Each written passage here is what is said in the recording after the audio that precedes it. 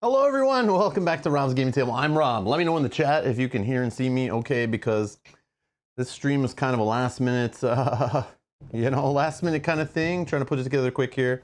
Yeah, so we got the game today for those who've been following the channel. I'm Rob, by the way. This is Rob's Gaming Table. Yeah, we've been talking about over the last few streams about trying to get a hold of Descent in Canada, not knowing if it's here. We found out last night, I think it was our night before, that it was available. Finally, we pre-ordered it. I pre-ordered this thing like 7 months ago. I've been excited ever since, waiting for it. And we're calling stores every week trying to figure out when can we get it, when can I stream it. I didn't have a preview copy. I paid for this thing, just so you guys know. But then I was gonna get it, and then I decided not to. I decided not to get Descent after all. Last minute, because I went on BGG, and there's some amazing people on BGG that put together some ratings over the last few weeks for me, and it helped me decide whether or not the game was good. And I recommend you guys go here and read this stuff. It's super valuable information. Like we have user Eagles here, which is he's like Eagles, come on, he's obviously a winner. Eagles says grossly overpriced map components. Could have forgone the 3D aspect, and there would have been 2 to 3 times more map pieces with the same amount of cardboard. The highest level of cardboard terrain is not well supported and will tip over. Unbelievably overpriced. Buy Gloomhaven instead. Garbage. Avoid like the plague. And rated it 1. Man, if only they made better cardboard, he might have gave it an 8 or a 9. Wow, very informative. These people, man, I love their insight. Let's see what else we got here. Let's see. We got the only way to send user feedback to FFG that will not get ignored, because they really pay attention to their star rating on BGG, I'm sure. Not the money that comes in from the boatloads of games they sell. 1 star for not being a board game. Okay, there's no board game here. Okay, whoops. That ruins the surprise. App-based games belong on Steam.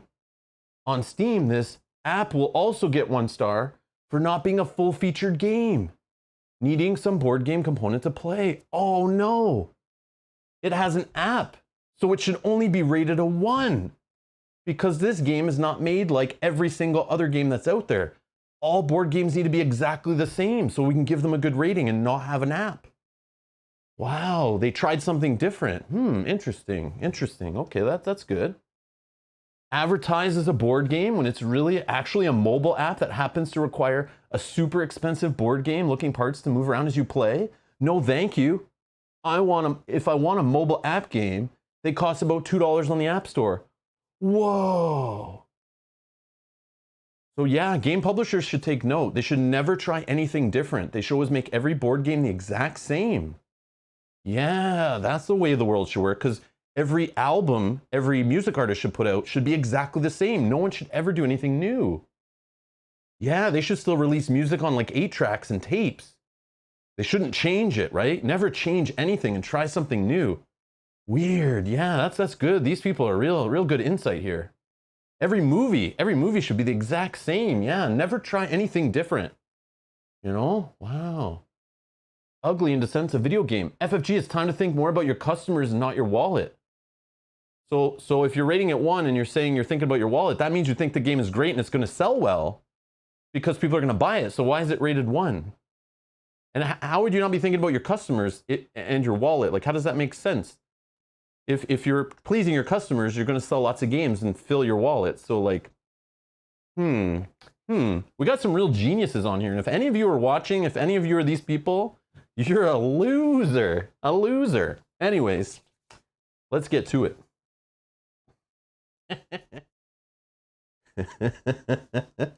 But yeah, I just thought it's funny. Go in there and read, especially before the game comes out. I was reading like a couple weeks ago in there, just loving it. People like, there was some classic ones in there. Yeah, it's like, there was ones about the art, like just based on the art, talking about FFG like ruining their life. Yeah, it's great stuff. Funny things. If you guys want to laugh, go check out an unreleased board game and go watch the ratings on BGG, which you shouldn't be able to rate something that's not released, but you know, people are doing. But it's out officially today.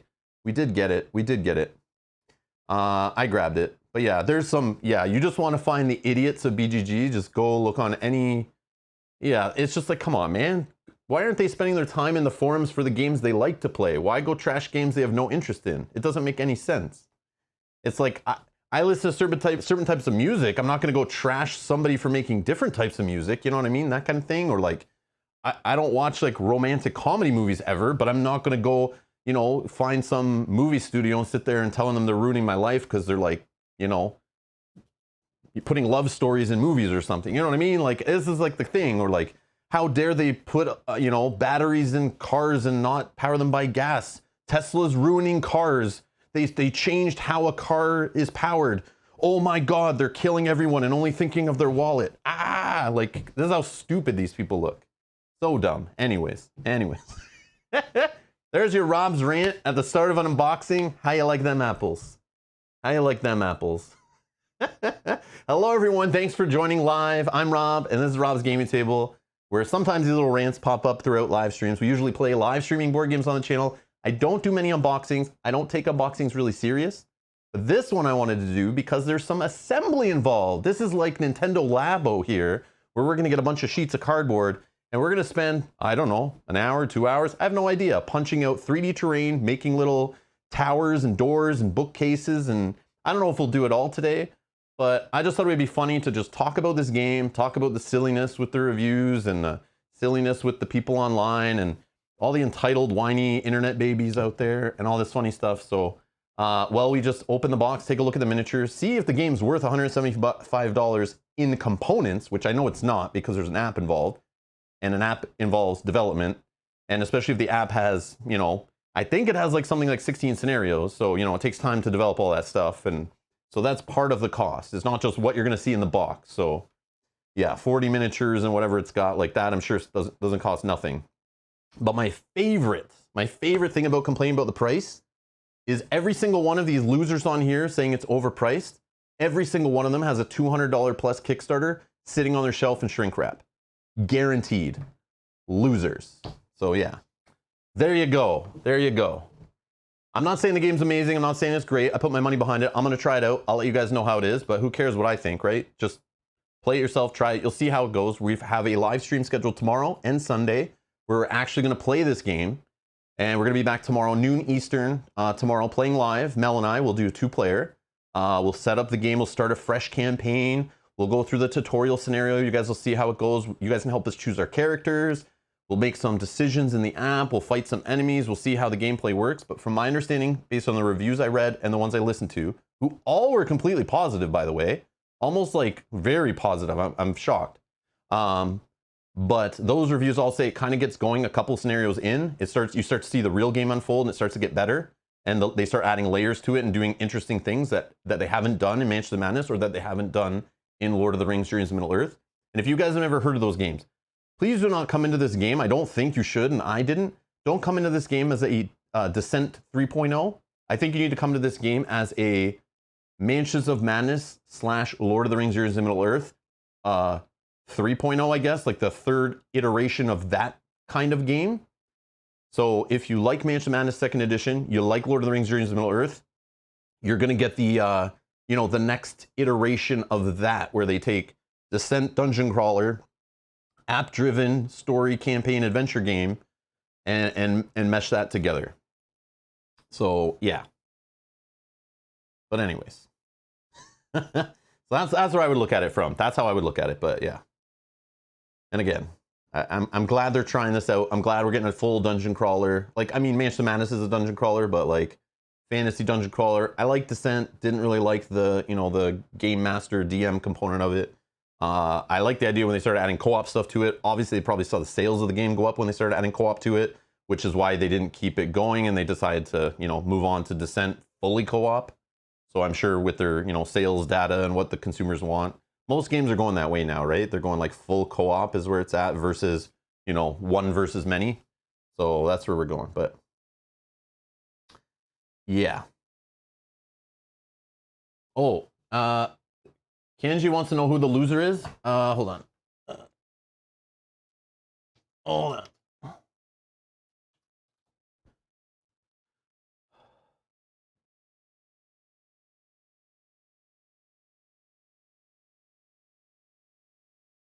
Hold on.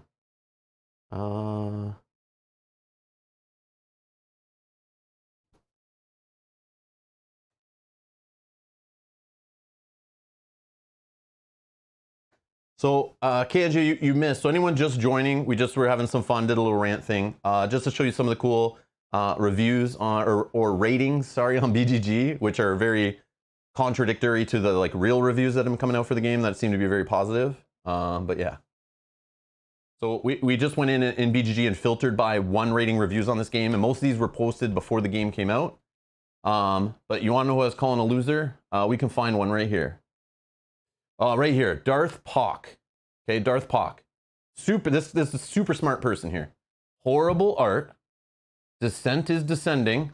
No more to say. A miniature game with a high number of players with a poor quality art equals disaster. Because, yeah, poor quality art is going to totally ruin the whole game and make it like a complete disaster. Nobody would have fun if the art looks a little more comic-y than it used to. So I actually was able to use my IT hacking skills, and Darth Pock right here, I was able to find a user image from social media of Darth Pock so we can see what the real person looks like. We found him right here. We found him right here. Here he is. This was actually a picture of him leaving that review and rating the game 1 weeks before he ever played it, got it, looked at it, knew anything about it. So that's actually Darth Pock from BGG right there. I found his picture. That's who I was calling a loser, this guy right here. Okay, just so you guys know. Oh, man. All right, so this is going to be super casual. We're doing unboxing and an assembly, not just unboxing. We'll look at the miniatures. I have some Lord of the Rings Journeys to Middle-earth miniatures. We can compare some to those. We can look at some of the parts. Then we'll get into assembly. We'll start putting the thing together and just hanging out. This is like last minute. I didn't know if I was going to do this today. I spent all day, well, I spent half the day riding roller coasters in the sun. So I'm a little, probably a little red and a little sunburnt. So that's probably why I'm just like, yeah, maybe letting loose a little bit. But I went and rode some roller coasters, and then I got the email saying my game was ready for pickup. I went and picked up my pre-order, and we're gonna crack it open here. But yeah. All right, so let's wheel this monster in here, I guess. How's everyone doing today? How's everyone doing today? I should say first. How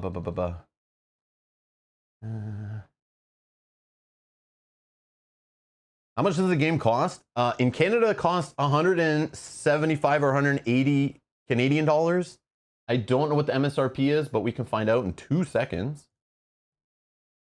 If I just go to FFG's website, if you're looking for US prices, I'm sure that's all you can find here. But it's 175 US dollar MSRP. You could probably find it for less. Some people are saying it's 139 US they can find it for on certain websites and stuff. But that's how much it is. But again, today you're not deciding whether you're buying this game. Please, if you're here to find out if this game is good right now, we're just gonna have some fun. I'm literally unboxing a bunch of air, cardboard, plastic, and paper. And then we're gonna put some of it together, just have some fun and chat with you guys for, I don't know, an hour, 2 hours. I have no idea.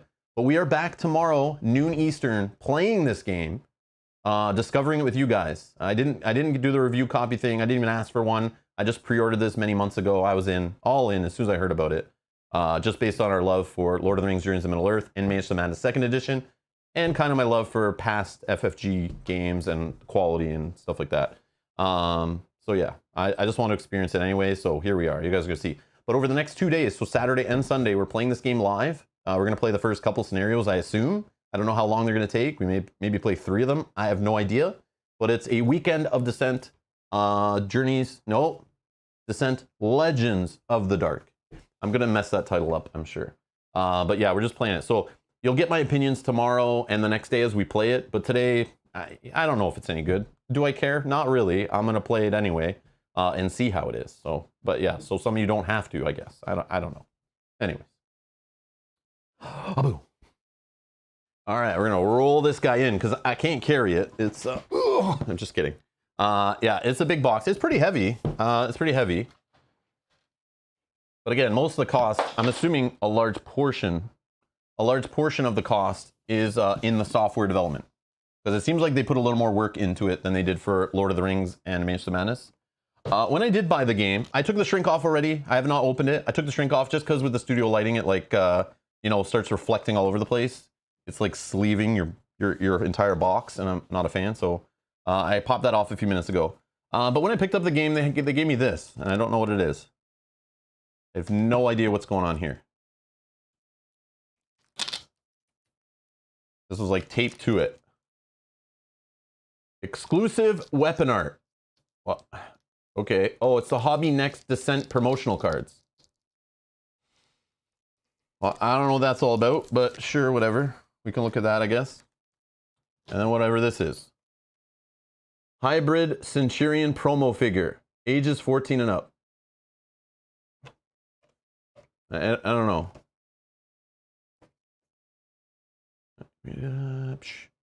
Distributed in the UK and EU by UK Asmodee, blah, blah, blah. Okay, whatever. I don't know. I mean, I guess we can open this first. It's a promo? Yeah, I don't know what the deal is. So understand one thing, please. I've watched FFG talk about this game. I've read FFG talk about this game. I have listened to podcasts of reviews. People play the game all the way since they announced it. And my understanding is this project was designed. FFG said, here's what I understand. FFG saw games like Gloomhaven come out, and they saw games like, I don't know, Madara. Basically, all the, every half hour there's a new Kickstarter that's $200 full of miniatures, dungeon crawler on on Kickstarter costs, whatever, all the time. And what they saw was people just backing these games from random people who just started a Kickstarter campaign, never made anything in their life, and they make a giant game that's $200, and people were throwing their money at it. And maybe the game was good, maybe it wasn't, who knew? So FFG is watching this, and they thought, well, we're not going to go on Kickstarter. Like we have the machine, we have the money. We can just make a game, design a game, and do the testing in house and know if it should be good and just bring it out. We've got decades of experience. But what they wanted to do was said, hey, those people on Kickstarter, they get all this money, hundreds of dollars from people, and then they make some giant box that's oversized. They fill it with tons of plastic, tons of cardboard. They have a giant campaign. They bring it out and make it grandiose, overproduced. And they were like, they do that stuff with Twilight Imperium, right? FFG's known for that, right? That's one of the first things they did was like a big giant space game, costs a ton, huge box, weighs a lot. And they've been doing that for years. They've been doing it for like 2 decades, 3 decades, whatever it's been. No, since two decades, 2+ decades, right? Late 90s, Twilight Imperium, right? So they said, hey, with Descent, we want to kind of do something new with Descent. And they thought, well, what better IP that they have to go give it the Kickstarter overproduced grand, $200 box kind of thing. What would they do with that kind of money? And they decided to go, hey, we got the app games that seem to be selling well, like Mansion of Madness and Lord of the Rings Journeys to Middle-earth. We have Descent that's been selling forever. Let's just kind of take what we learned from both of those, jam them together, and make our own giant, 150, 140, 175, whatever the hell it's priced wherever you're buying it. And it was their attempt to do that and try to be different, but spend the money to make something big. So that's why I guess they've jammed promos on here to kind of, Kickstarter stretch goal promo, free kind of add-on thing. I don't know what they're doing, but keep in mind, that's how they approach this. So I don't know if it'll live up to that, but that's what they were trying to do. So that's why they did it. So I wouldn't compare this stuff to their past games. Keep in mind, this is them trying something new-ish, but I guess you could look at Twilight Imperium and see that they've already done this kind of thing. They did this stuff well before Kickstarter was even a thing. But they got away from that, right? They're trying to keep things small, efficient, start with a core set, tons of expansions. In this, they tried to say, like, let's just give them a ton of crap in a box. And at this MSRP, what can we do for that? So remember, there's software development involved in that. So that's why you might not get as many minis, not as much cardboard as another Kickstarter you buy without an app. So just keep that in mind. So just you go in with that, and you'll think of things differently, I think. So anyways, let's open this thing. Let's open this thing. I want to see what this little thing is. Yeah. I expect thumbs downs all day on this video. And you know why I do? Because I don't normally do unboxings. So people are going to tune in and go, what the hell is this? He's not even playing it. Thumbs down. I'm okay with that. Or he's ranting and not unboxing it. What the hell is he wasting my time for? Thumbs down. I'm okay with that. I don't care who watches this. It's just a casual unboxing. We're going to put some cardboard together. I mean, if you guys want to hang out, it's all good. But like, this is not, yeah. Come tomorrow if you're looking for gameplay. Oh, what the heck? Hybrid Centurion promo figure. Okay. I think they showed this off in like a live stream, right? As some kind of upgrade you could buy for the game or something. Holy. Yeah, that's nice. That is nice. It's got like the it's got like a what's it called? Sun drop that the Awakened Realms charges like an arm and a leg for. Just to put a wash on a miniature. It's got like that kind of stuff. It's like a pre-washed, you know, kind of paint and washed miniature. That is cool. And it feels like kind of the detailed kind of like lighter brittle plastic that you would see on like more higher end miniatures. Not the like rubbery kind of bends in the heat. Or not bends in the heat, bends in the holder. You know, that you have to use like the hot water trick to, this like is like brittle and hard. Which is cool. That's different. Definitely different. It feels like plastic minis that would come out of a sprue. You know, like that kind of plastic. It's hard to, you know, obviously show you on camera, but that's what I'm getting from the feel. Feels like when you buy like, you know, something from Games Workshop and you gotta like snip it all out, put it all together. But it looks like it was put together actually. There's like you can tell it was put together on the base there. There's like a line there. So it used to be multiple pieces, I would assume. But yeah, that's pretty detailed. That's crazy. That's crazy. That's cool. I didn't expect that. Okay. Okay. That's cool. That's cool. All right. Hope I don't have to see that guy in the game for a while. And then we got some promo cards. I don't know. I don't know what's going on with these, but.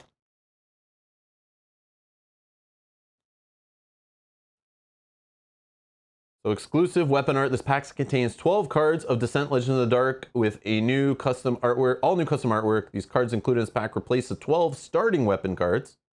Find the 12 cards with the matching names in this pack, replace them with these cards. When using these cards, you can also enable them in the app so the in-app art matches these cards. To do so, from the main menu, select the Options menu and check Exclusive Weapon Art checkbox before starting your campaign. Okay. Okay, well, yeah, I don't know. I don't know what to tell you.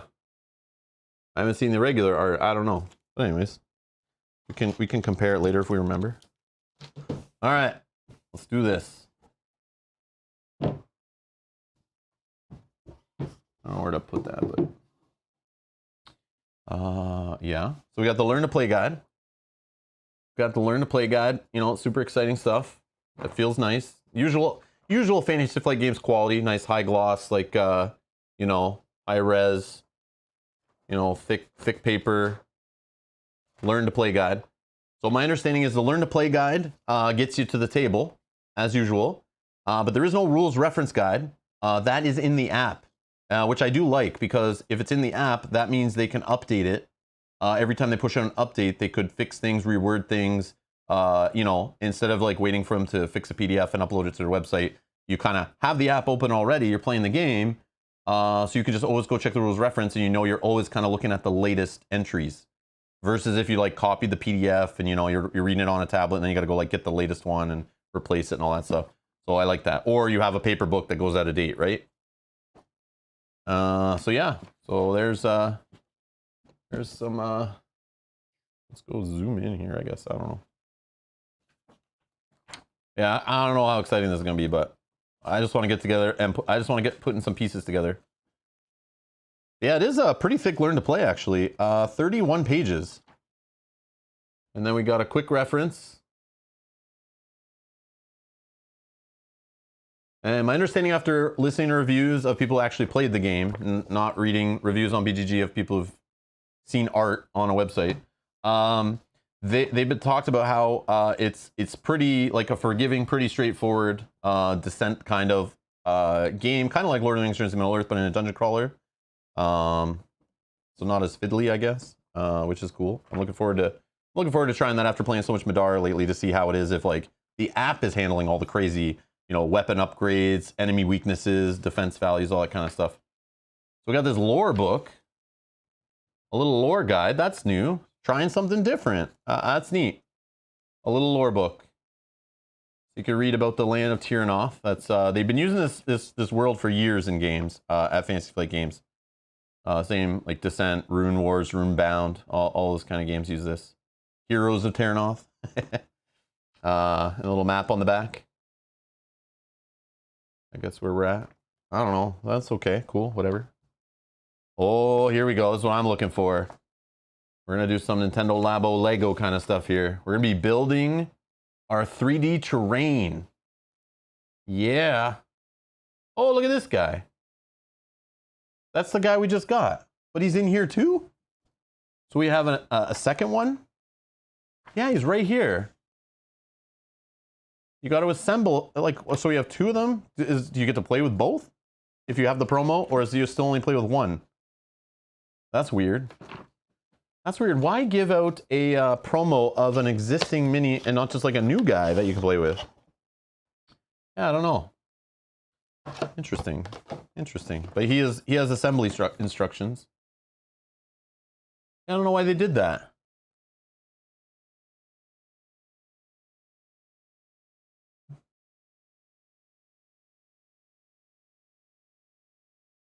Yeah. I don't know. And we got a little advertisement, it looks like. Realms of Terranoth. Continue your adventures and explore the realms of Terranoth. Oh, it's a RPG, right? From Edge? Or is it like another art book or something? Oh, right here. Derp. Your quest has just begun. Terranoth, an immense land of powerful magics, ancient secrets, plagued by monstrous threats, and haunted by the ghosts of past betrayals. Now you can build your own hero and craft your own legacy with the Genesis role-playing game and its setting supplement, Realms of Terranoth. Yeah, that's cool. So for those that, play with the Genesis RPG system, you can get more deep into the lore and the world and make some characters.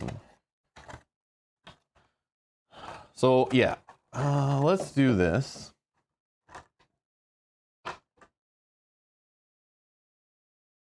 So there is, without the sun drop kind of wash on it. They do look shiny. I don't know if they have the glossy like the oils on them. I feel like they're like very shiny. I definitely think they need to be washed before priming and painting. Let's see if we can don't want to break it, but there we go. Clicks right together. Way better than the Dark Souls miniatures. Those monsters put them together. There's like a little, just like the ones on sprues, right? Little holes to put them in. You got the little nub. You guys can see that little nub there.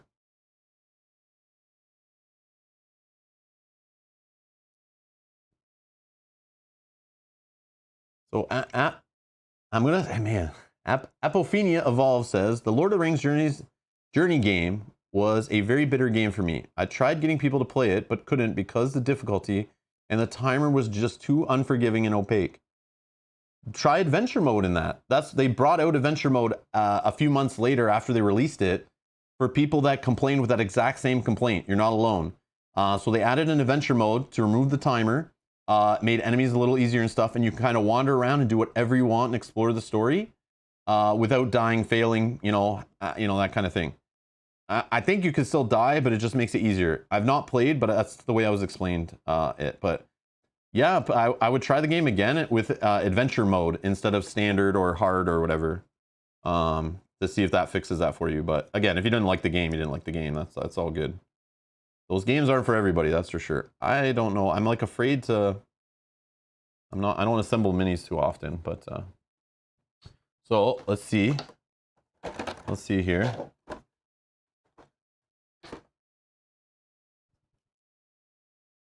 So there's the comparison. Promo, sun drop washed version, regular version. I don't know. I don't know what the hell the point of this is. I really don't. Are they trying to sell a new service? Are they offering this service from some other Asmodee company or something? They're trying to give you a sample. Feels like that's a sample. Feels like this promo is really a sample for something. For more money to be spent on something else.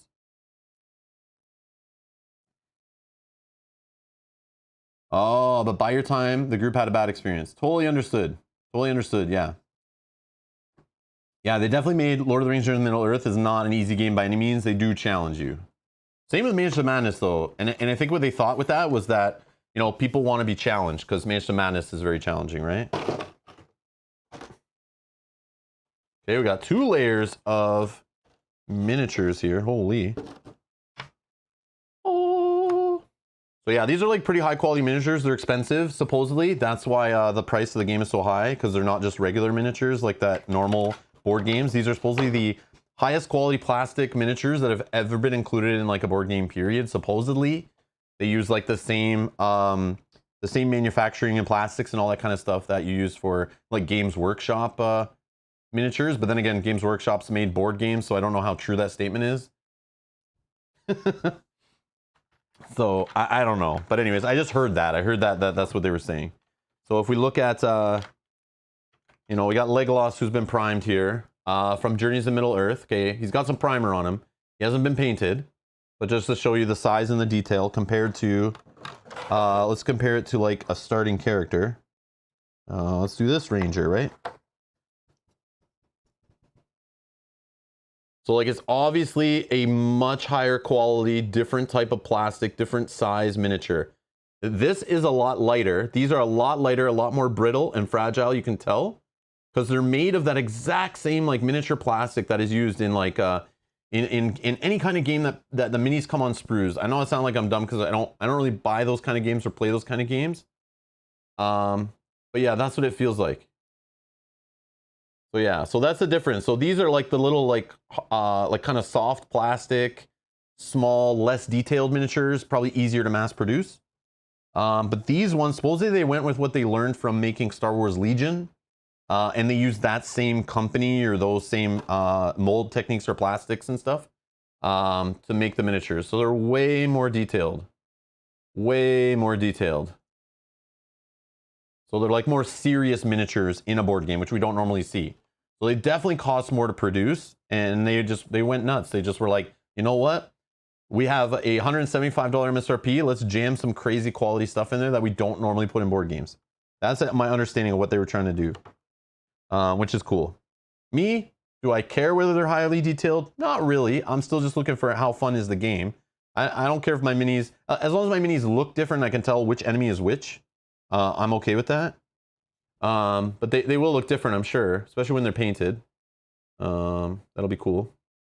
So actually, let's look at the characters, because Mel's going to take these and she's going to start painting them while we're assembling terrain. So maybe we can have our heroes painted for tomorrow's stream. So yeah, there's two of the characters. I don't know, that looks pretty sick.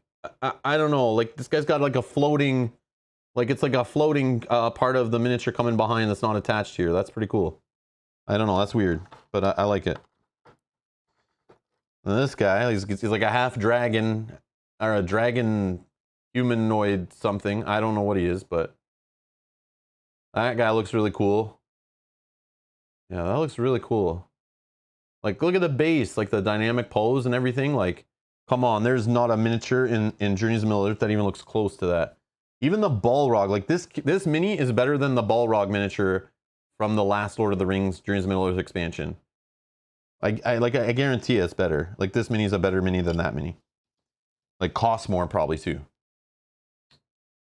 Oh, it's polystyrene, says Fade. Okay, cool. Yeah, I don't know if you guys know what type of like plastics and anything like procedures or the production method or anything like that. Yeah, let me know in the chat. I'm curious because like, I don't play many Games Workshop things.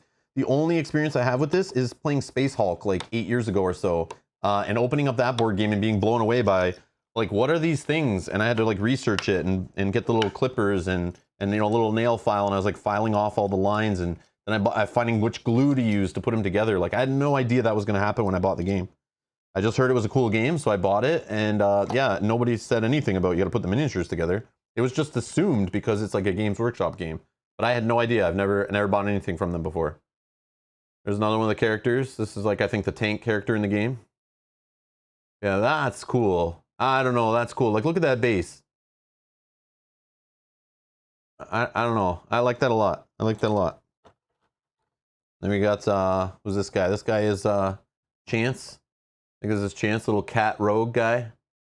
With like the Wolverine hand here.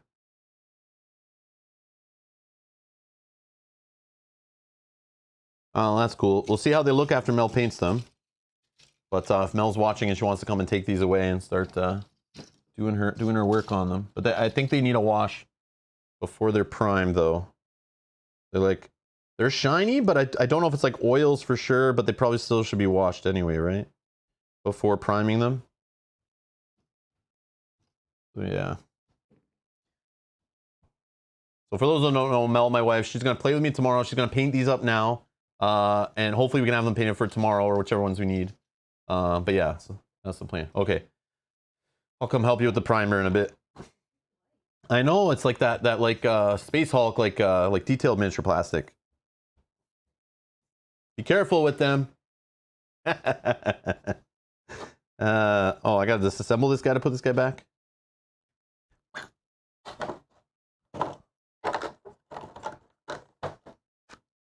Let's see here. You guys have any questions? Anything so far? Want me to try to drop them and see if the wings pop off automatically, or?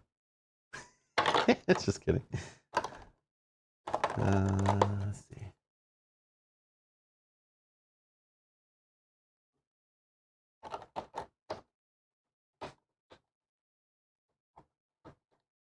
Oh, that's cool. I like this. I like this little, it's like a little storage, you know, CMON type mini storage. The minis look, like, I'm not joking. Like, I get nothing out of this. Like, I'm telling you guys, like, these minis are like, yeah, they're so detailed. Like, they're like a hybrid between like board game miniatures and like, you know, assembled like wargaming miniatures. But it's that polystyrene plastic, right? How does it taste? There's no real taste.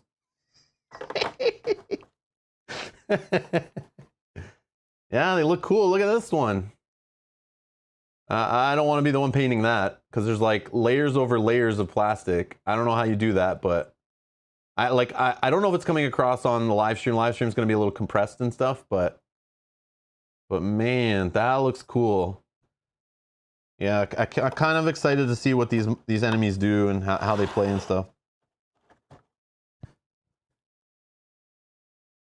Oh, that's so cool.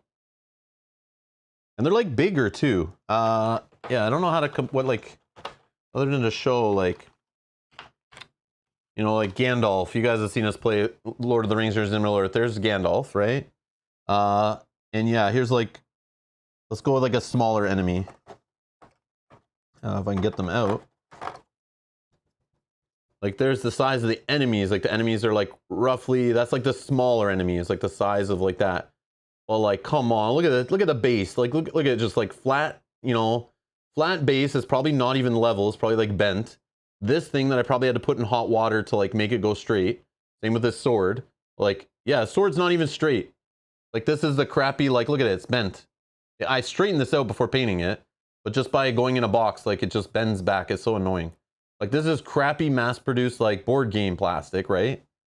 And then you have this where it's like, if I bend this, it probably is gonna snap off. But it's like, it's not gonna bend, you know, because it's like that hard, detailed, like brittle plastic. I don't know. So you gotta be careful with this stuff. It's definitely premium. Like you're paying for better miniatures.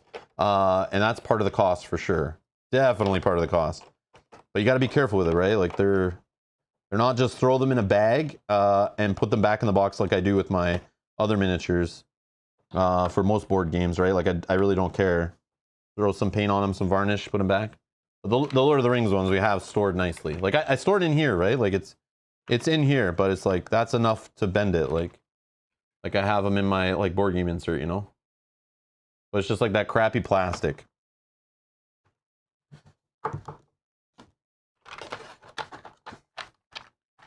Anyways, I should have got some monsters from that game. But yeah. I don't know. There they are. This one looks really cool. A skeleton rogue crossbow archer thingy. They're like very comic booky, like yeah, I don't know how to describe it, but anyways. Let's ooh. All right, here's the cardboard, which we'll put together in a second. So Bob says most modern minis are made of derivative of polystyrene or resin. Oh, okay. Yeah, resin, I would think it's more like that. Yeah, I've had like resin minis, like prototype minis I've seen that we've gotten before. Yeah, the price is premium as well. But that's what I'm saying. It's not like they're giving you the same game as Lord of the Rings: Dreams of Middle-earth and like charging you, you know, an extra $50 for it. Like there's definitely more work went into this game for sure. Drew, I already ranted about that. If you're wondering if the game's any good, tune in tomorrow and or Sunday while we play the game and you can make the decision yourself.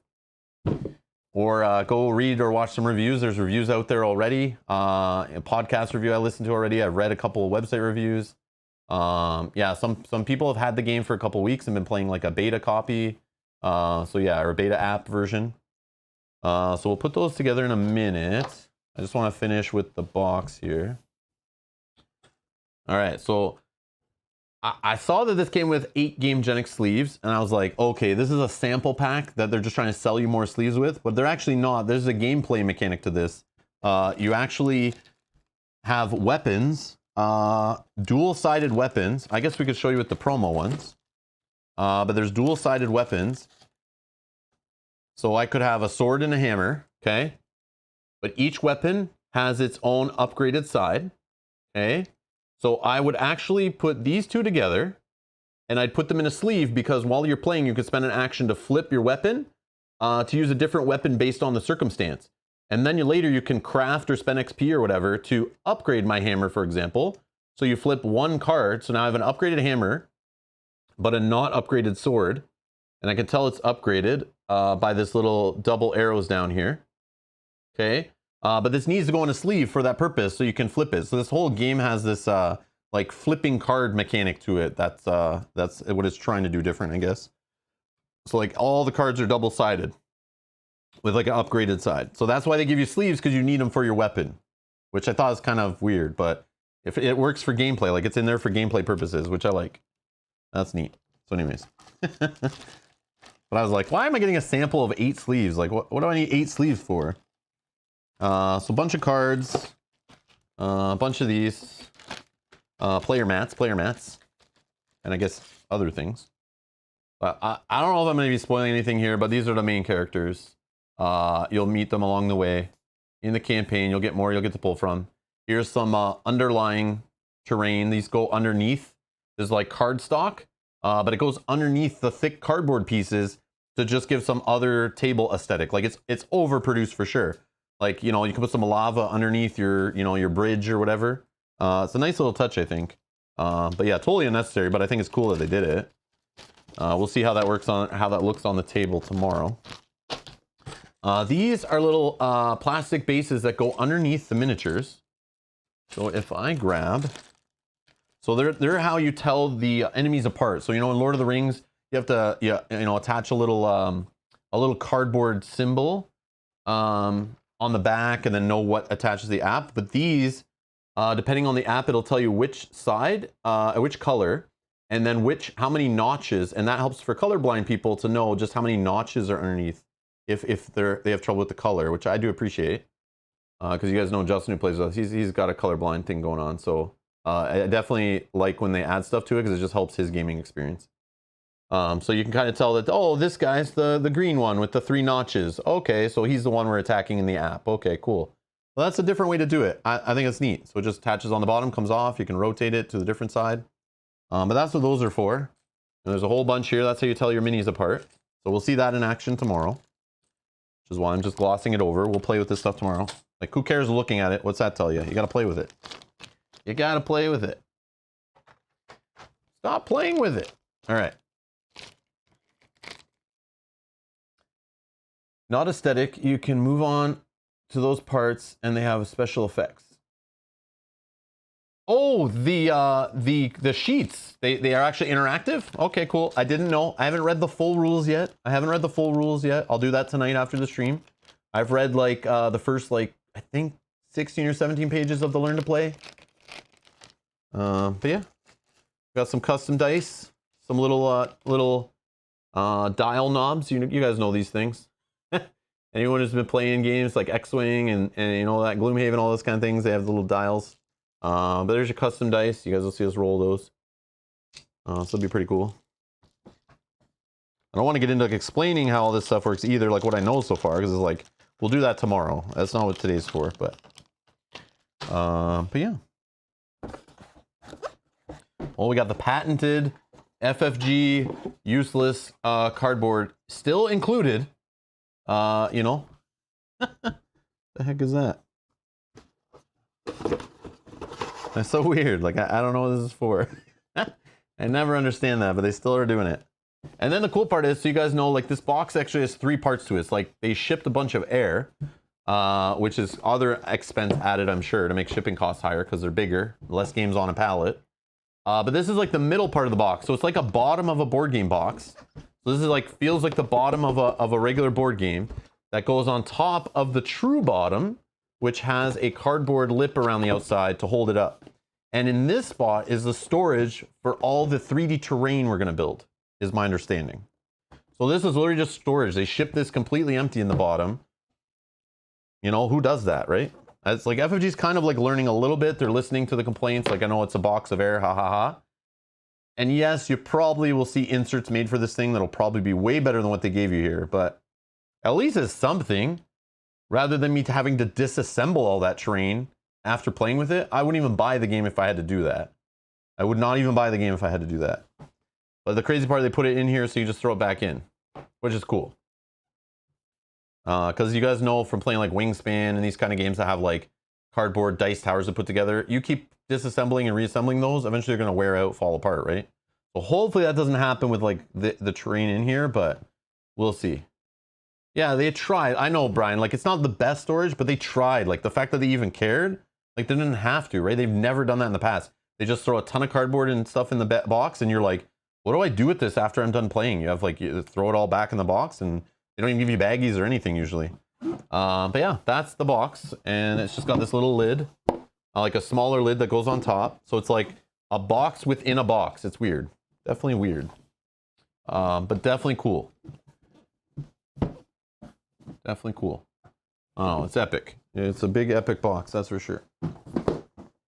All right, so don't really care about this stuff. We can look at all these cards and things on stream when we play with them. I don't really want to spoil anything either because I don't know if some of this stuff is like you're supposed to draw it randomly or discover it later. I don't know, but we'll just leave that to the side. So,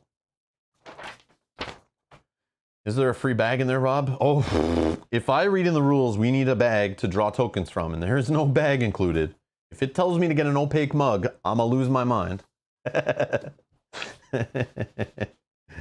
Let's see what you guys are saying. Manage the mansion storage is terrible. Yeah, when you have to go to the hardware store to find ways to store your board game, you know there's a problem. Yeah, it was interesting. I would love to have been at that meeting when they're like, all right, guys, Gloomhaven, all these other giant Kickstarter games, Tainted Grails and stuff, they're just like, they're coming out of nowhere. People are throwing hundreds of dollars at them. We want to do something like that without using Kickstarter. All right, what's our budget, boss? All right, you have 175 US dollars. That's your MSRP.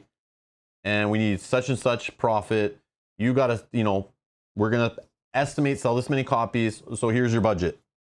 Make a game that we can sell and make profit of that fits under that, and what do you got to come up with? Like, just imagine the brainstorming sessions from the beginning when they greenlit that idea of like making a $175 board game. Like, I know they already do it with the Twilight Imperium, so it's like, it's not like they're strangers to it, right? But it's just like, it's like, what can we do for a board game for that price? And they're just like, 3D terrain. I don't know, maybe that's crazy. Who knows what didn't make it into the game, right? Like, they obviously are like, let's throw the app in. Well, what are we going to do different, What kind of miniatures are we going to use? Like, what kind of storage are we going to care about how they store the game? Well, I don't know. We have some money for that. We're charging $175. Sure, we can add some extra size to the box. Like, you know what I mean? Like, I would have loved to see the whiteboard of all the ideas and the ones that got cut, the ones that made it in and why and all that kind of thing. It's just neat to think of. But yeah. Yeah, Travis, you heard correct. It is similar to Lord of the Rings Journeys to Middle-earth. I would say it's like the next iteration. It's a dungeon crawler like Mansion of Madness, but a campaign game like Lord of the Rings Journeys to Middle-earth, and meshed together and improved on, supposedly. That's at least what I've heard from reviews myself. Did you hear how many different design teams worked on this? I did not, but I bet if we looked in the rules, we're going to find it's at least like 4 or 5, right? Because you need the team that's designing these components. The miniatures team was obviously like a team that worked on like Star Wars Legion style. You need the lore guys working on it. You need the art department working on it. Like how many teams work on an FFG game period? Like it's probably around the same, right? All their games are like that. Yeah, look at this. Like look at how many people they had to pay on this game, right? Like I get Kickstarters and it's like 5 names in the whole thing. Or like 8 names in a $200 Kickstarter. And people are like, oh, that's fine. But FFG makes a $175 game. And people got to get paid, man.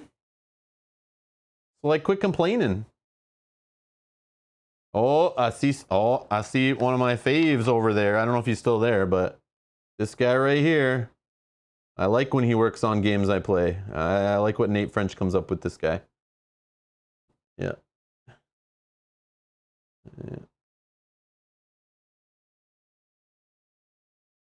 Yeah, there you go. And Jason Walden, this guy, I met this guy back in like 2013 at Days of Ice and Fire. Or 2013 or 2014, I think it was 2013. He like designed the Feast for Crows expansion for Game of Thrones, the board game 2nd edition. So he's been at FFG for quite some time. Yeah, so he's still there working on it, I guess. All right, so let's have some fun building. Let's have some fun building.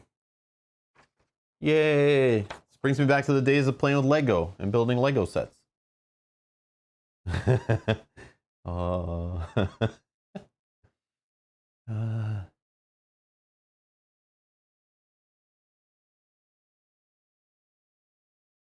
Yeah, we could maybe look at the app. I see you guys are talking about the app. It is available on Steam, iOS, and Android now. Oh,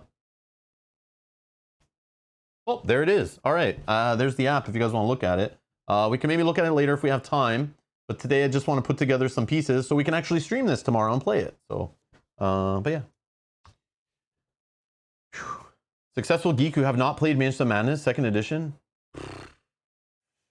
I don't know. I don't think you're a very successful geek if you haven't played that game. Just kidding. All right, so let's let's punch some cardboard. So I think we're gonna need these pillars. So this game makes like 3D levels and stuff. Like you have like stairs and things you're gonna build and go up to different levels in the dungeon, attach them to pillars and stuff. Well, you guys are gonna watch me punch out tokens and things. This is quality streaming right here. Quality content. Just gonna throw this stuff off to the side. Yeah, good stuff. I guess I can punch out these tokens later. I'm just worried I'll lose them if I start throwing away cardboard sheets. And I don't know what pieces I need. But what we're gonna build, I guess first, because I see the pieces for it. Oh, they're actually, oh, okay. Okay, no, this is gonna be easier than I thought. If I looked very closely with the magnifying glass, I can see letters and numbers, which line up to letters and numbers. Okay, okay, okay, we can do that. We can do that. You guys are gonna see me fumble around with this. I don't know if I should be streaming this. It's gonna be a little messy, I'm sure. So we need so sheet 2. I don't know.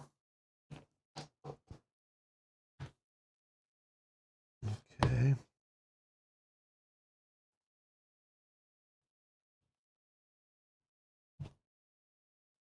I don't know, I know you're gonna store all this stuff back in the box, but like organizing the tiles, I hope it's not like Mansion of Madness where I'm gonna be like trying to find the tile we need, or Mel will, and we won't know where it is.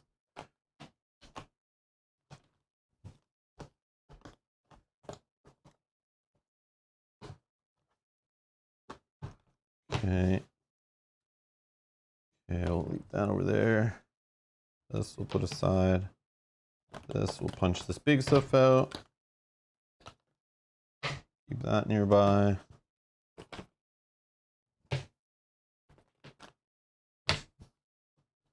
Yeah, I don't know if we'll need some of that, but That's the big stuff doesn't have like numbers and letters pointing to it, so I'm sure we don't need it, but here we go.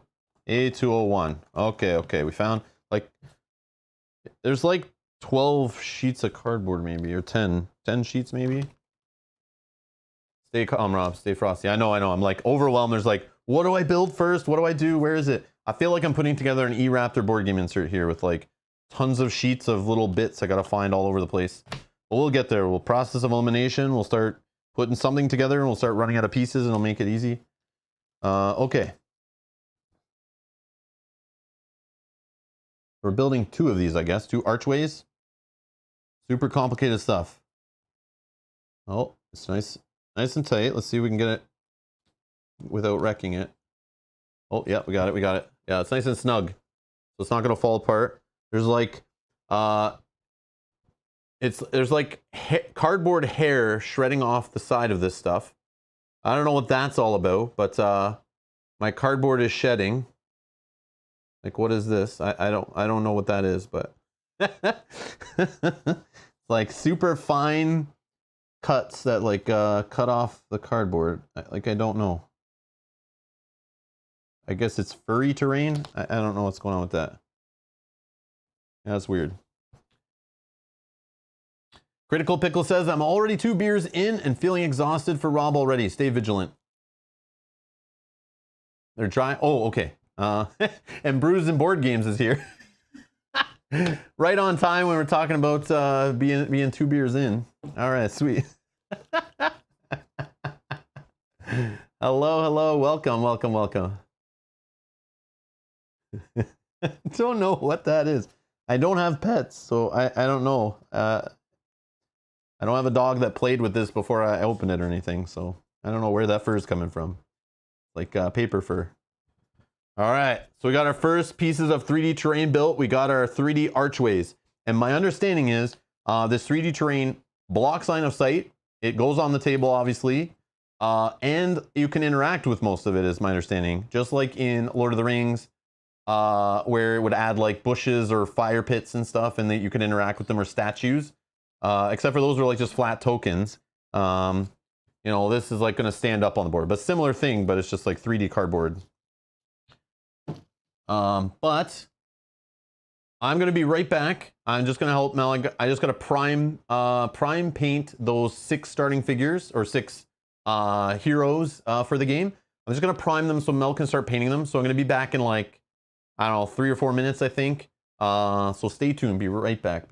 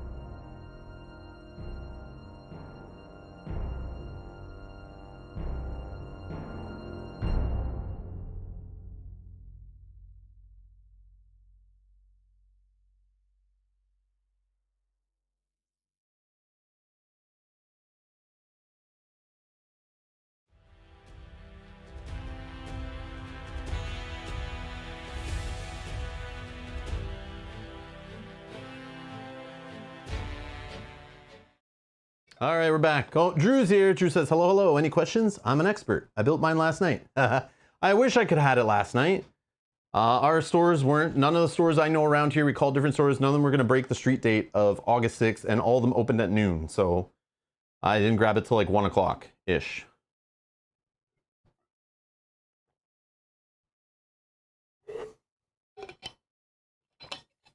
Holland says, 2 archers assembled in 1 hour, prepare for a long stream. Listen, we prepared those archers in like 5 minutes. The ranting and the unboxing was the the rest of the hour. Okay, what's next?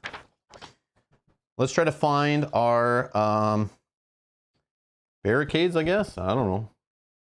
I'm like just trying to see like what pops up and like what makes sense. Like, because guys, there's like so many sheets. Like so many sheets.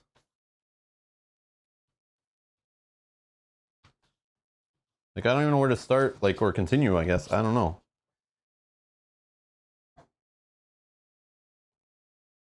Like, what I would normally do, I would literally pop out everything and just, like, put it in piles of similar things. And then just start assembling once I punched everything. But I don't want to do everything right now. I'll do some of it after the stream, I'm sure, but... Okay, so... We got these. There's 2 of them.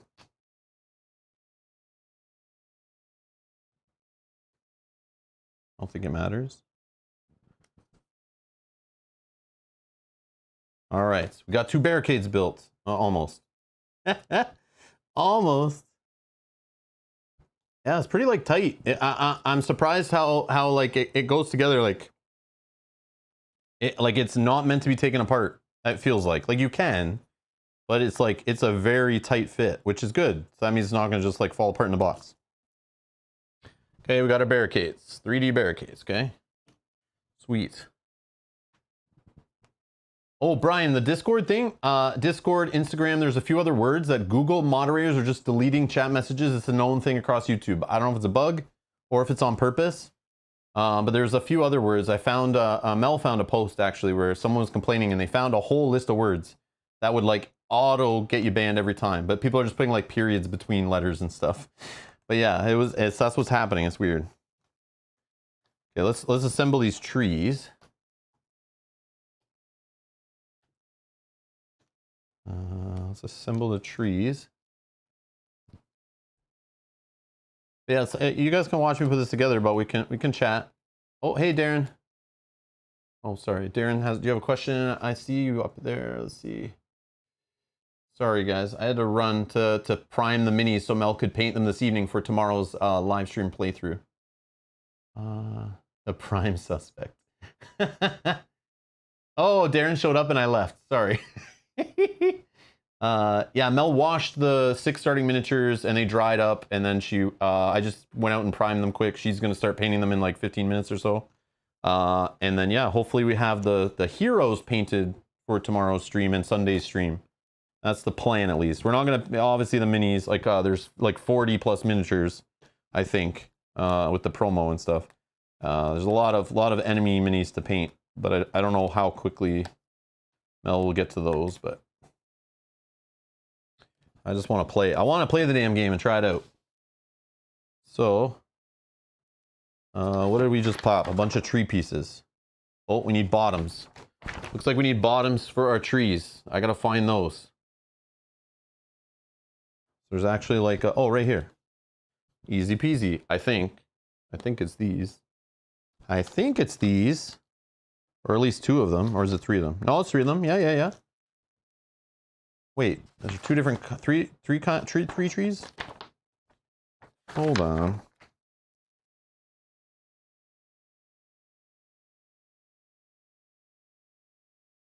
Yeah, it's 3 trees. 3 trees, okay.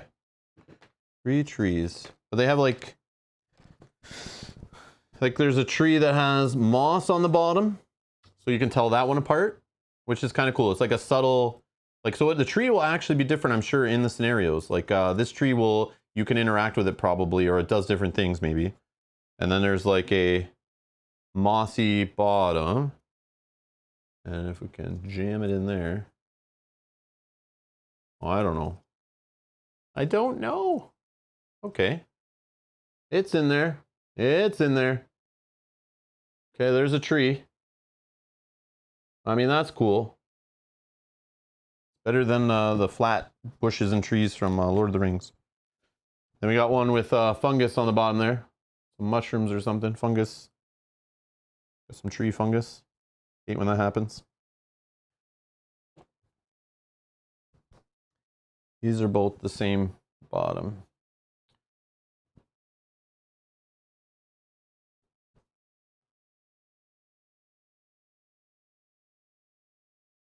All right, we're in there.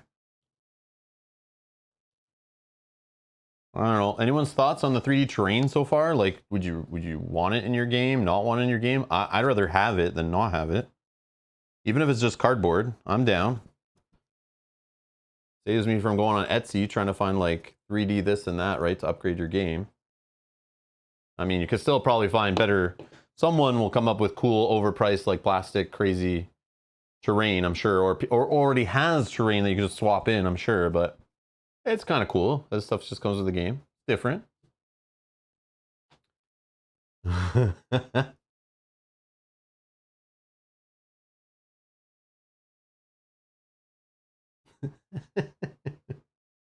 Have you chosen a character or have an idea? The characters to play with, I'm not sure. I was gonna just look at them later or tomorrow on stream, and we just, what do you guys want us to play with? And my understanding is each scenario you can kind of choose from your pool of characters to play with. So you can like work with other ones, level them up, and then go grab another character you haven't played. In some scenarios, you require to have at least a certain character in the party, is my understanding. So we'll see how that goes. I want to try the ranger. I want to try the magic user. Looks cool. Oh, Heather L has been a member on YouTube by clicking the join button down below for 2 months now. Thank you for the support, Heather. Thank you for the support.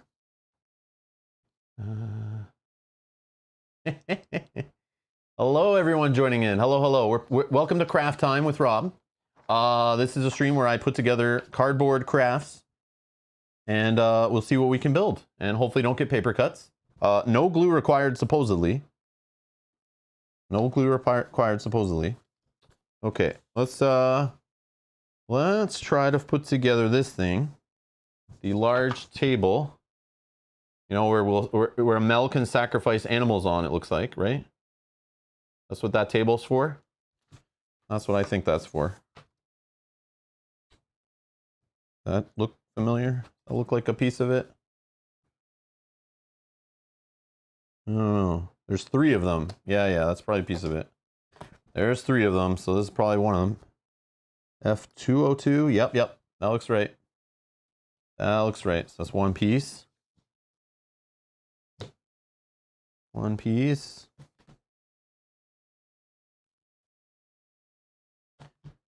F102, 101, 201, 102. Oh, okay, yeah. Okay, let's just get all these out here. Right here. I just don't know, like it's all the same parts. I just don't know if like there's slightly different art on them and stuff that I gotta catch. Make sure I don't put the wrong ones together. Look at this dragon. There's like a big 3D dragon you could put together. Oh, that's kind of cool.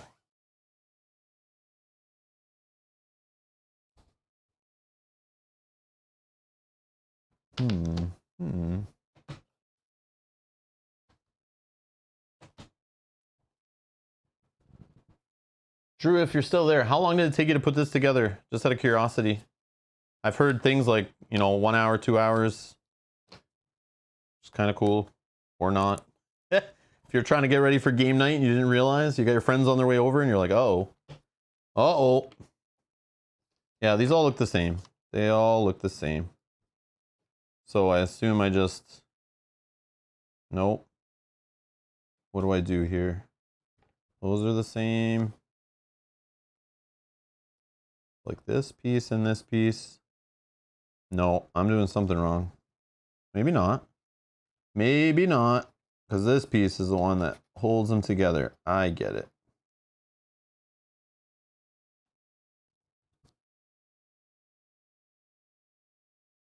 how it's supposed to be? I don't know, it just doesn't seem like it goes together underneath the same. But I guess it has to be like more wide cut so it can go in diagonally. But the top piece holds it together. That's kind of neat. Roughly 40 minutes? Okay. Okay, cool. Cool. So that means in my stream time, it's going to take like 4 hours?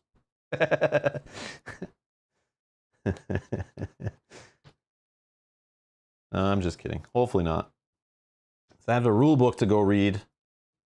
So I hope to get this ready while Mel's painting. And then can go read a rule book. It was easy after building bolt action minis. I don't know what bolt action minis are, but now I want to know.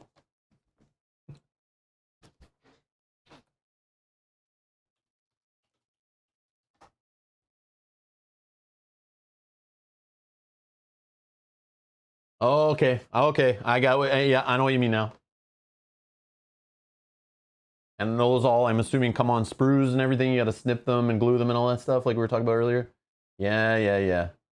I see what you're talking about. Okay, that makes sense. Yeah, this is nothing compared to that. This is nothing. This is nothing. Bolt action. I wasn't being distracted by hooligans in a chat. Agreed. Hooligans everywhere. These hooligans.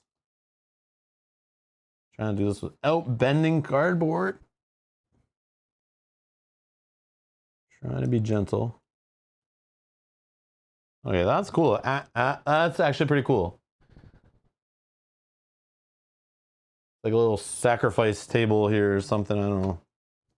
They're stackable. That's cool. I don't know. Nice little touch. Okay, let's look for tables. Looks like we got 3 tables to build. Tables. Tables.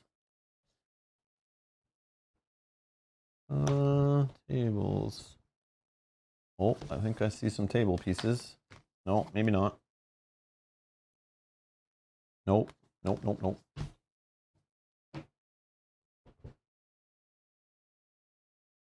Man, what the hell? What are those for? Oh, that's cool. Okay, I want to build treasure chests. I want to build the treasure chest. That looks cool. And like it's like folding cardboard. Look at this.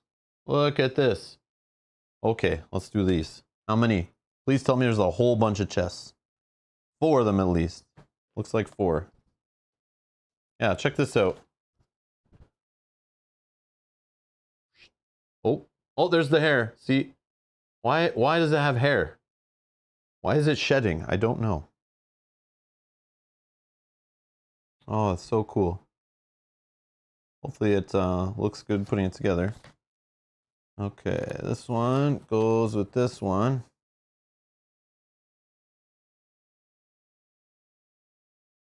Here, you know what? We can do some zoom in. Let's zoom in. Let's do it like this. Go. Whoop.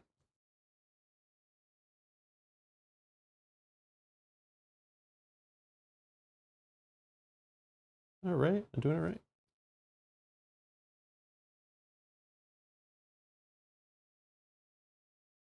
I don't know. Feels like I'm not doing something right there. Let me just bend that one a little bit. I don't know. That might be me, but I'm not pushing it all the way. This doesn't look even, but that's okay. It's gonna be hard playing games with like just flat tokens on a board, and the only thing popping off of the table are miniatures. But I don't know. That's cool. Loot! It's chest hair. Yes, Joxer 96. Comment of the day so far. Chest hair. I get it.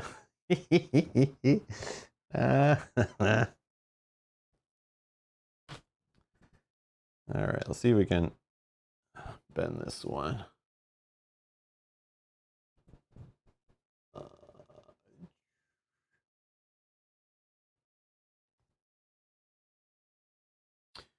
Hey Marcel, I personally prefer flat terrain over 3D terrain. The 3D terrain is just messy. I prefer Gloomhaven or Descent first edition terrain. Oh, okay, okay.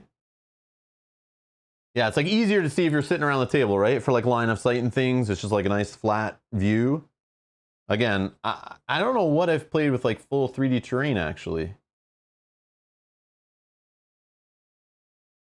Reminds me of playing like Terror in Meeple City or Rampage or whatever. With like the cardboard layers of buildings and stuff, trying to blow them over and that kind of thing. Like dexterity style game. Reminds me of that, where you're like you actually have to get up and move around the table to see what's going on the other side of the board. Successful Geek says, I have no preference on terrain. I just want easy setup. And my understanding is this just kind of goes in the box. You just grab the stuff out of the box when you need it kind of thing. But again, we'll find out as we play it over the next couple streams. Oh, we got some more chest hair there. I saw some chest hair. Oh, it fell off.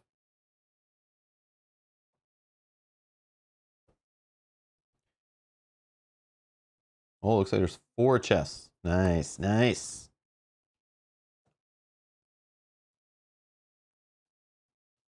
We'll see. It's weird though. This game, like I'm sure they've been working on this game. They have for sure, well before the pandemic was even known to be a thing. But this game, you can tell when they were making it, they were like, wait till we bring this thing to a convention and unveil it. And then people walk in the dealer hall and the demo tables are all set up with these games on the table with 3D terrain, you know, an app on a screen, a giant screen, you know.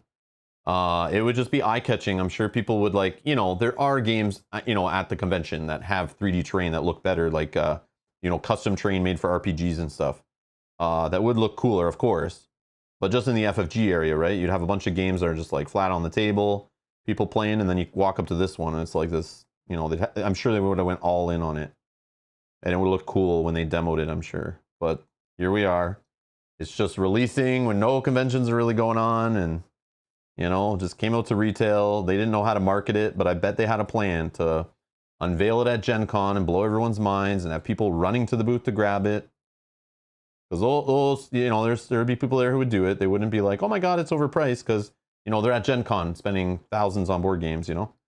So I'm sure it wouldn't have been a big deal, but everyone during the pandemic, you're at home, you're like, you know, you're thinking because it's a game on FFG or fantasyflightgames.com, you don't expect it to have a Kickstarter price, but you know, I don't know why they're getting in trouble for doing that, but it's like they're not allowed to price games like other board games. I just don't get it, but anyways.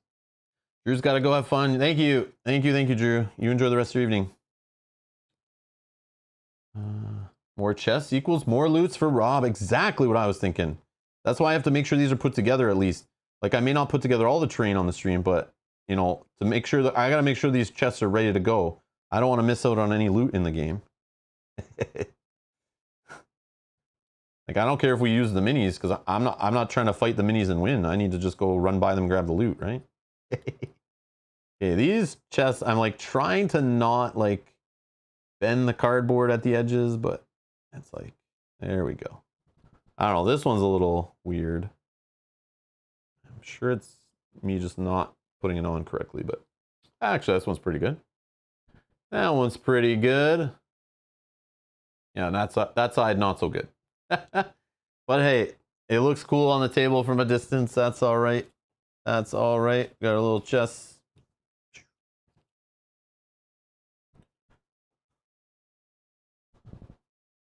And if you use these in other games, or I don't think this game does it, but you could hide stuff under it.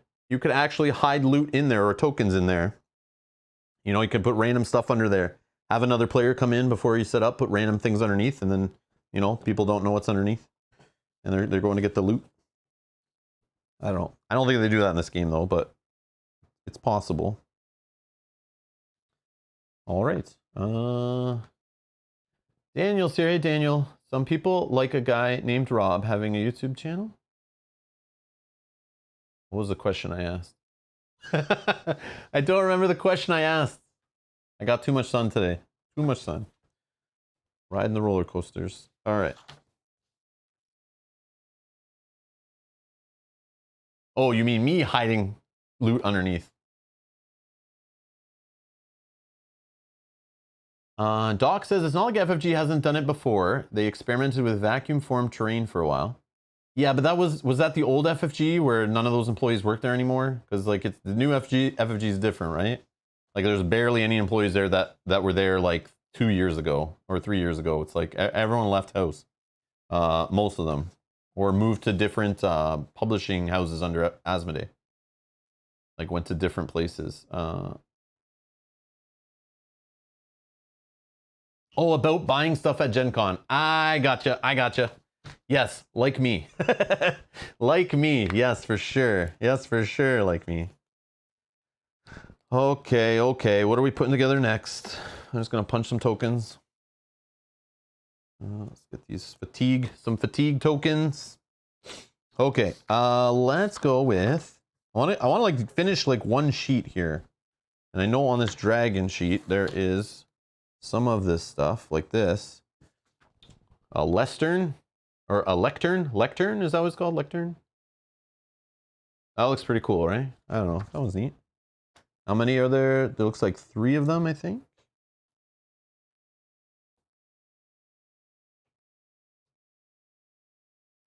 One, two, three, 4 pieces. Okay, those go together. Actually, we can put this one together right now. At least they're putting the pieces you need together on the same sheet for the same one, so the art's similar, which is good. So it's like, let me put it here. Uh-oh, that one's getting stuck. I'm almost bending the cardboard. Yeah, it's like most of these are like a very tight fit. Like they're meant to like stick together and stay together. But I'm afraid. Yeah, see, I got caught on the, it's like so tight I got caught on the paper on the top of that one. That's too bad. But again, I don't care. Nothing you can't fix, I think. I'm going to do it again with the book right here. How do I do this? Look, for the book, they put the art on the one side, but they even put like on the back too that you're not really going to see. I think that's cool. Cool touch. Let's see. There we go. Yeah, see, you can't even see the part I messed up. It's all good. It's all good. Oh, we got a cauldron here.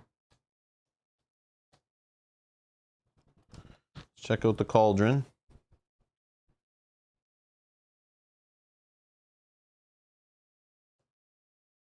Look at this.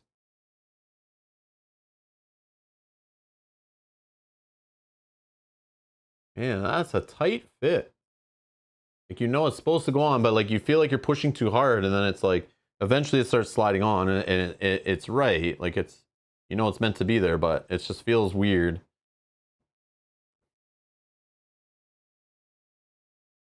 Cool. I want to save the dragon for last. I can punch out his tokens on here. What are you guys saying?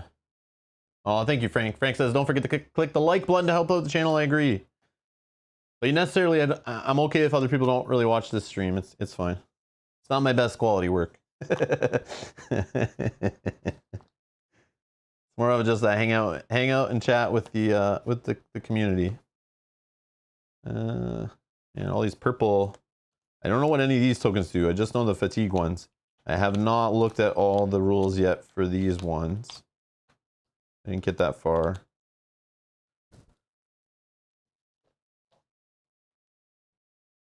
But we'll save the dragon. What do we have left on this one? Looks like some kind of table. Yeah, we found the tables. Okay, let's do the tables. These little small tables. Small tables. Let me put this over here.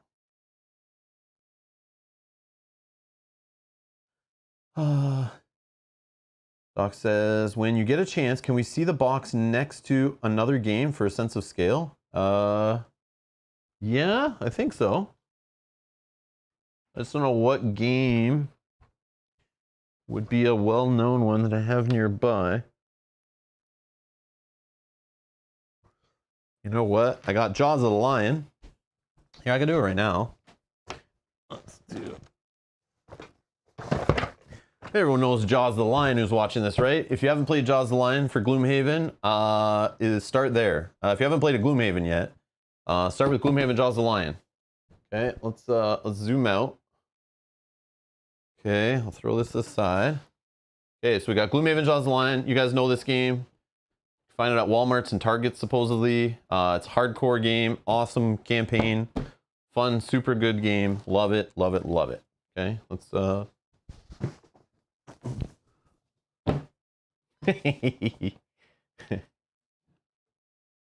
there you go.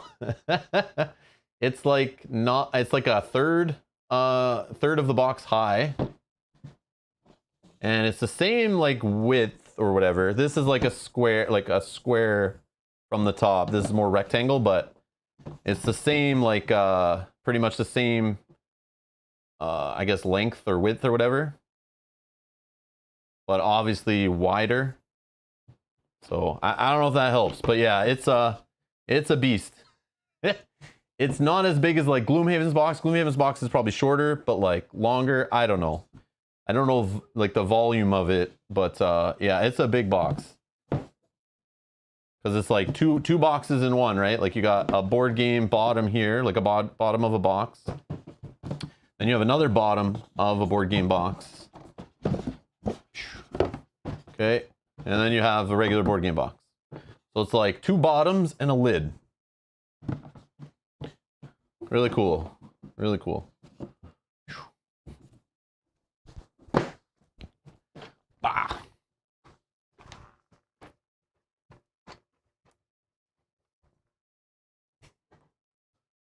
I have the Madara. I have one half of the Madara box down here, but I don't have the other one. No. Yeah, and it's full of stuff. Like I can't. Both the lid and the bottom of Madara box have game stuff in it for playing, so I can't like close it right now. I'll close it when we're done. That's how I roll. My games explode onto the table and they don't fully go back put away until we're done usually. I have a few games like that right now. Okay, well, table times. Let's build some tables. Let's build some tables. Small round tables. So I guess it's your choice. You can build them with nothing on the table or a bunch of stuff on the table. Obviously, we're going to build it with the stuff on the table. Are they the same? No, it looks like they're slightly different on each table. That's cool. They didn't have to do that, right? They could have just made each table look the exact same. Unless they're different for gameplay purposes, but they're very subtly different, so I don't think so, but... Alright, so these are the same. This is the same. So we need this, this. I'm missing a table leg, yep. Alright, let's go with this one.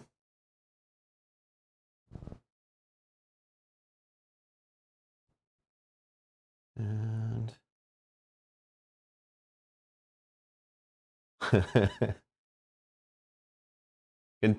Holland says, compared to a matchbox, it's giant.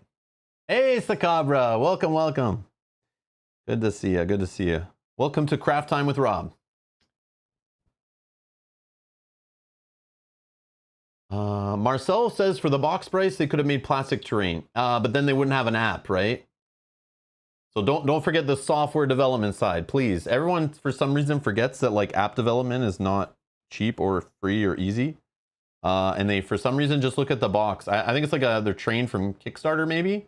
Looking at too many Kickstarter games, Marcel, I think. And you're just judging it based on that.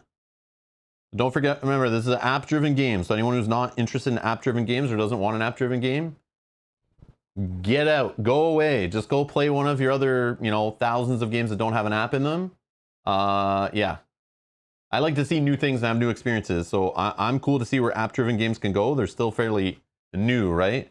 So who knows where it can go, but when an app is taking care of all the fiddliness of combat of a you know, a complex you know, dungeon crawling combat system or whatever, I'm all for it to try it out. I like it. I like how it is in Mansions of Madness and Lord of the Rings, Journeys of Middle Earth. So I'm curious to see how they do it in like a fantasy dungeon crawl.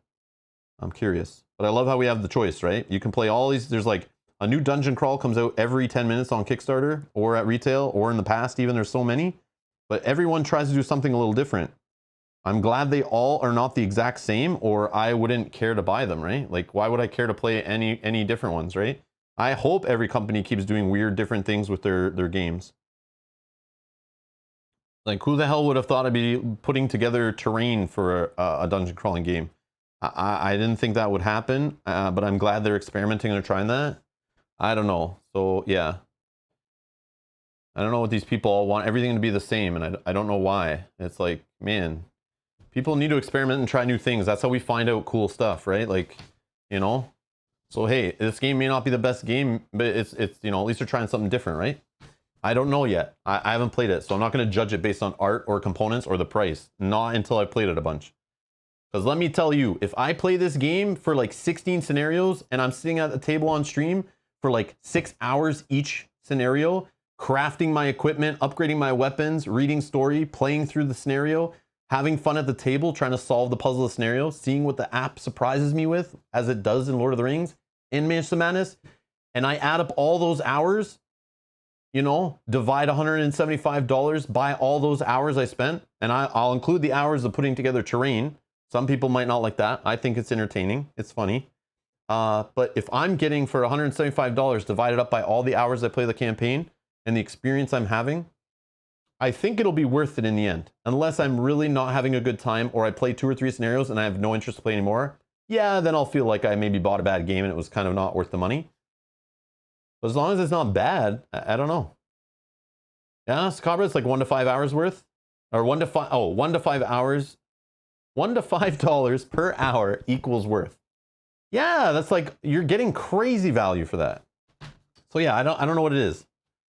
But anyone who's complaining about the price, I guarantee you, anyone who's complaining about the price of this has a $200 plus Kickstarter pledge sitting on their shelf they got, wrapped in shrink, that they haven't played yet, or haven't played more than a couple times, and didn't get their value out of it. But for some reason, come and attack FFG for trying to make a game that's the same, like a big, you know, epic experience with an app and all this stuff. And it's just crazy. It doesn't make any sense. It doesn't make any sense to me. I don't know. I'm not understanding it. I just think maybe they have too much time on their hands or something. I don't know what it is. I really don't know. Okay, so we are going to, I don't know what this all is here, but we are going to, oh, it's like a bookshelves. These little bookshelves. Bookshelves. Let's try to put together some of these. Okay.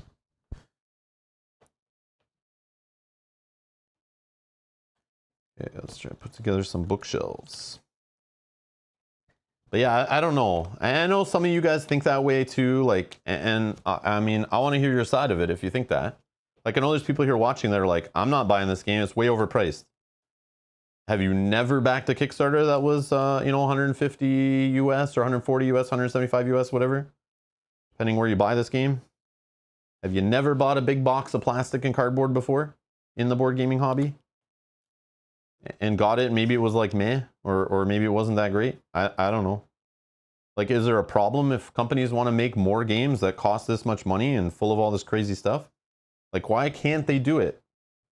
Because other people do it. There's other randos that just start a Kickstarter with a team of 4 people and fill a box of 10 pounds, 20 pounds worth of crap, and people pay for it. So like, I don't know why FFG is not allowed to try the same thing. And maybe it's not crap even. Who knows? Who knows? We'll find out when I play it. I'm just going to punch these gates out and put them to the side because they're going to fall out, I think. Yeah, I don't know. It's just like a weird thing. I just don't get it. I don't understand. Just don't get it. I'm not sure. Carolina Gamer says, I really like the crafting and improving between missions too. I think it's going to be cool. I can't wait to try that. I can't wait to try it out. I want to see how they did it in this game. I love that, like, visiting the town stuff, you know? Like, going to the shop. I love that as playing Final Fantasy games as a kid. I love finding the towns, going and talking to people, and, like, you know, selling your loot that you got and trying to buy new stuff, and, you know? Then you find out later if you just would have went into this cave over here just outside of town, you could have got that sword you overpaid for without overpaying for it. You know, you could have got it for free. You're like, damn it.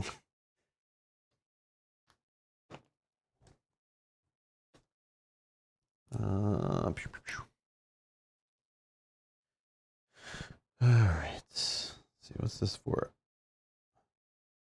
I think I got all the stuff for that one.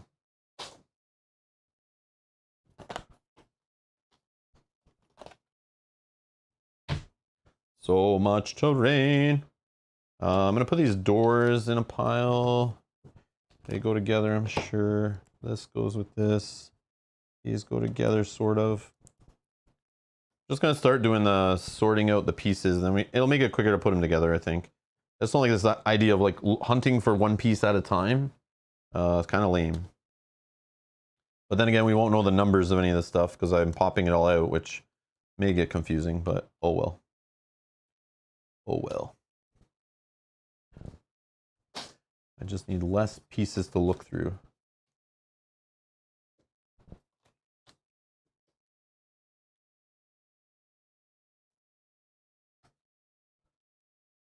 So many tokens. It wouldn't be a Fantasy Flight Games game without a bunch of tokens. Tons and tons of tokens. Which is not a problem, I guess. Need to find some token storage. Get a plano box or something. Frank says, I'm off on holiday to Switzerland tomorrow for a week, so won't be seeing the playthroughs tomorrow and later. At least not live. Yeah, again, it's no rush, right? This game, like, literally just came out today. It doesn't come out in the UK and stuff till the 20th. I'm sure they have tons of them produced, and depending on sales, they'll have another print run coming, you know, shortly after, like a restock, as they usually do when they release a big game like this. So there's no rush. It's not like they're just printing one run, or it's a, you know, FOMO Kickstarter. You have, you know, 9 days to back the Kickstarter, or this game may never show up in the world again. Like, get it now. You got to get it. If the game's good, they'll keep printing it. If it's selling. So you have plenty of time to watch reviews, wait for people on BGG to play it, post their reviews. You know, your friends can try it or whatever. Wait for it to go up on, you know, see some other people. Don't go by just what I say. Please, please don't do that. Please don't do that. You can watch us play it, and you can make a educated guess on, like, if you like the type of game. Like, we're gonna play through it, you're gonna see how it plays, and you can put together, like, based on mechanics and how it flows, and, you know, based on our excitement and what we're seeing with it and what we like, you know, you'll get an idea because you'll hear the complaints we make in games and what we value. It'll be different than what you value in a game, right? So hopefully we just present enough information that you can make an educated guess whether you care to get the game, not get the game. But whatever. Wait for Black Friday sales. I'm sure at that time the game will still probably be in print. Unless a bunch of amazing reviews come out. If this shows up on Shut Up and Sit Down and they love it, you're gonna have trouble finding this game, FYI. So that's the only, like, kind of risk. Just but again, they'll print it again, don't worry. They'll keep printing it if it keeps selling out. You'll just have trouble finding it for like a couple months probably at that point. But yeah, we'll see. But maybe they trash it, maybe nobody wants it, we'll see. And this is only Act 1. They're supposedly working on 3 acts for this game, and I'm sure based on feedback and people's reviews and complaints and, you know, that kind of stuff, we might see Act 2 have some changes applied to it. And, you know, maybe it'll be even better, you know? Who knows? And supposedly you can keep continuing the story. They're like a connected story, but you're starting like a brand new campaign when you play Act 2 and Act 3, supposedly. But again, that could change, right? They could easily change things up. It's probably not that far. Probably not too far along. But I don't know when Act 2. Would Act 2 be like next year, probably around this time? You think it'd be like a year between releases for all 3 acts? Or what's the plan there? What do you guys think? What do you think? Oh yeah, these dials are huge, by the way. I'll put them together and we'll take a look at them, but they are big. They are not little tiny X-Wing dials, that's for sure. They're like bigger. They look bigger than the Gloomhaven. You know, Gloomhaven is like 2 dials, but these seem like a wider diameter than those. But maybe they're not. Maybe they're a little... Yeah, they're probably a little bit bigger, I would assume. But it's just 1 dial per character to track your health. But we'll put those together in a bit. I'm just trying to make sure I get all the furniture pieces, all the little token bits separated so I can clear up some of these cardboard sheets off the table and just like start assembling stuff. Just like too much clutter, drive me nuts. Did we punch out everything on that one? Yes, it looks like we did. This one. Okay, this one though. What are the, oh, this is the stairs. This is all the stairs. Okay, that one we can leave to the side. This is mostly the same stuff. It's like this one. What are these? Oh, this is the well. Okay, we'll do that in a sec. And these, we'll just punch out these ones. But like, you see how much cardboard is here? This is crazy. I mean, you guys have seen games with like lots of cardboard like this, I'm sure. But it's not like nothing. I don't know. So I don't know, all these people writing like, oh, it's just a box of air and there's nothing with this game. Man, the amount of token pile I have sitting over here is already crazy. And I can see like 30 more tokens I haven't even punched out yet. I'm just putting in a big pile, sort it out later.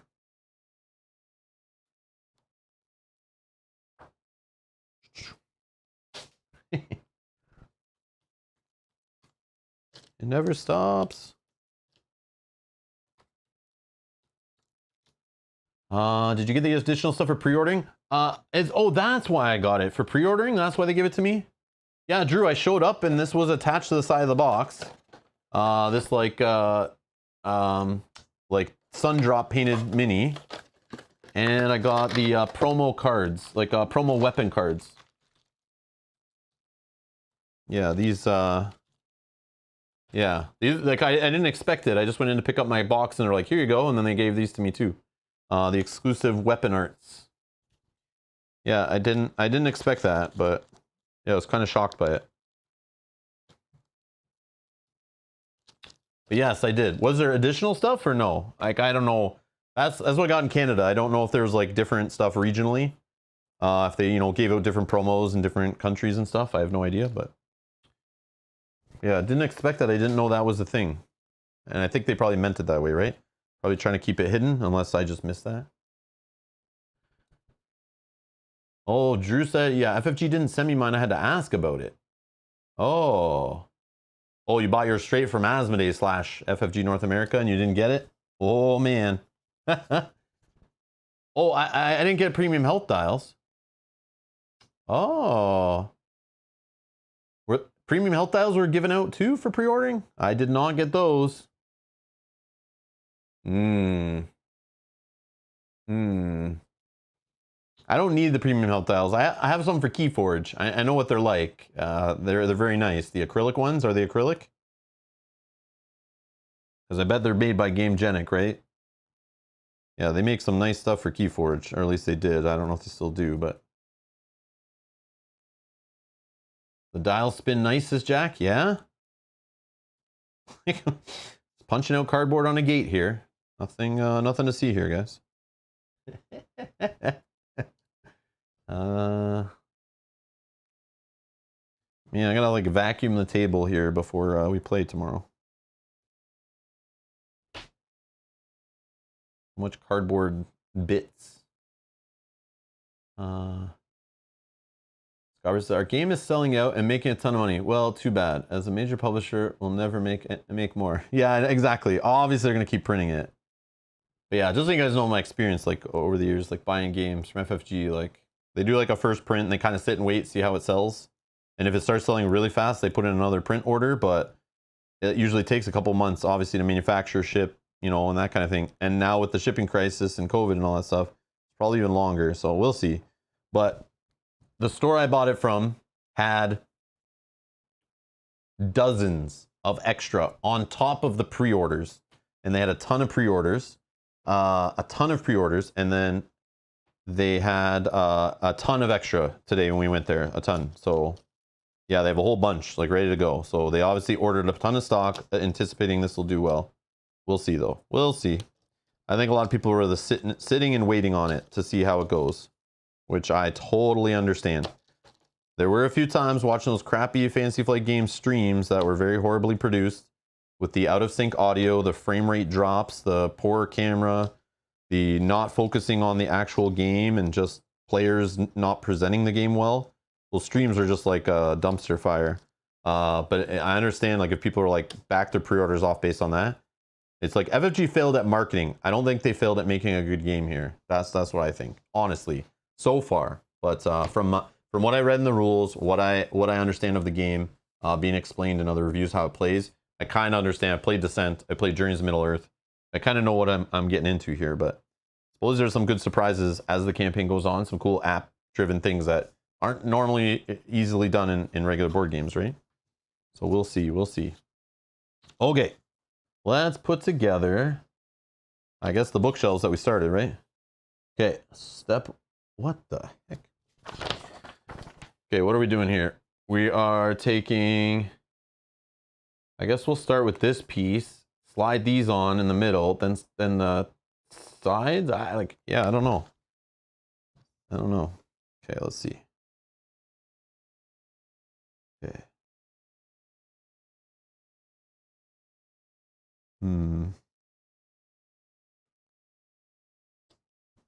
Okay.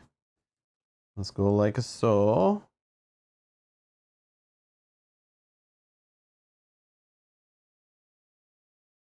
Oh, no, cardboard split. No, I pushed it. It was too tight. Oh, that sucks. What am I supposed to do with that? And I still needs to go on further. Yeah, that's a mess. I don't know what's going on there. Pretty sure. Yeah, it's this one. Oh, that sucks. I'm pretty sure I put that on the right spot. Yeah, that's supposed to go there. Oh, well. As long as I can get the whole thing together, we are okay. Yeah, the bottom one went on fine. Man. Oh, well.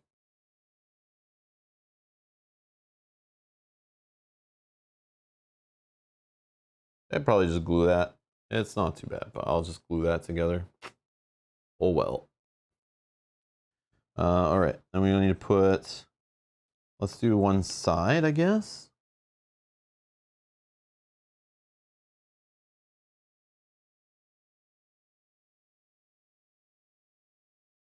There we go, top part.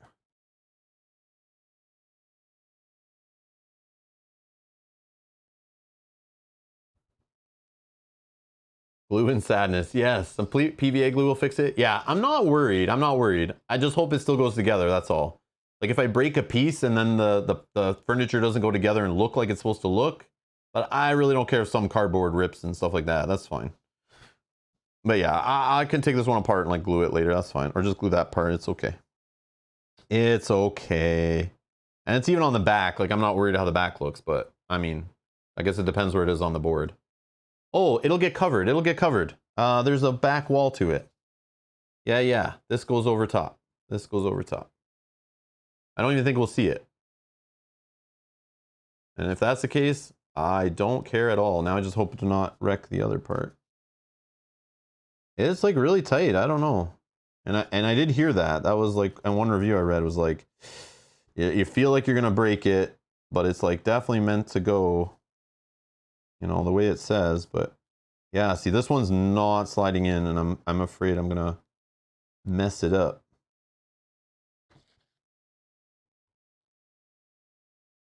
Oh man, come on, Serenity now. Oh, I just freaking bent it. Look, see, this one is not playing nice. What the heck? Screw you, bookshelf. Yeah, it's like, oh, there it goes. Oh no, it's all falling apart now. What is happening? What is happening? I failed. Failed on the bookshelf. I think I'm missing a piece too. I didn't put all the pieces in. Okay, we'll figure. This is our trial bookshelf. We're gonna figure it out with this one. We're gonna beat the crap out of it, and then we'll try to put the rest together properly. Come on, you stupid.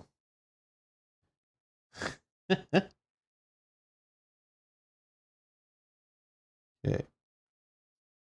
This is like when I put together some of the E-Raptor book or box inserts.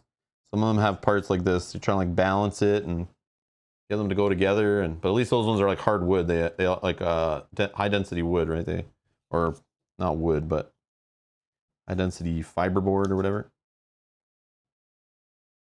Come on, get on there.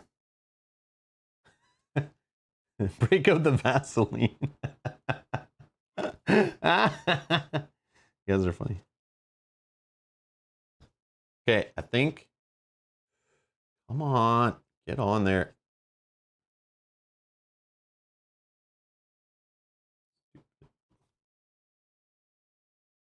Yeah, it's supposed to go all the way down. I don't know.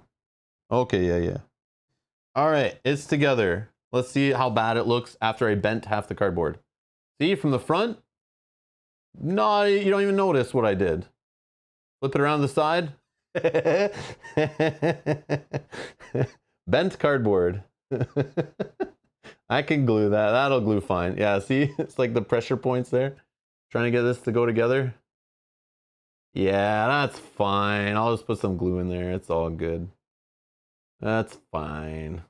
But the other ones will do the same, I'm sure. Oh, that one didn't. It was like, yeah. I was trying to put like pressure on it from like an angle so it didn't bend that part. That's why I laid it down and was trying to push it that way, but gnomish craftsmanship. You think my shelves should be shallower? Oh, did I mess it up?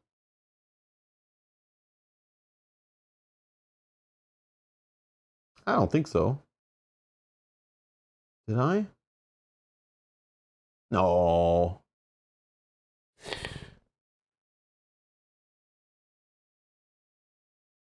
Is that right? Is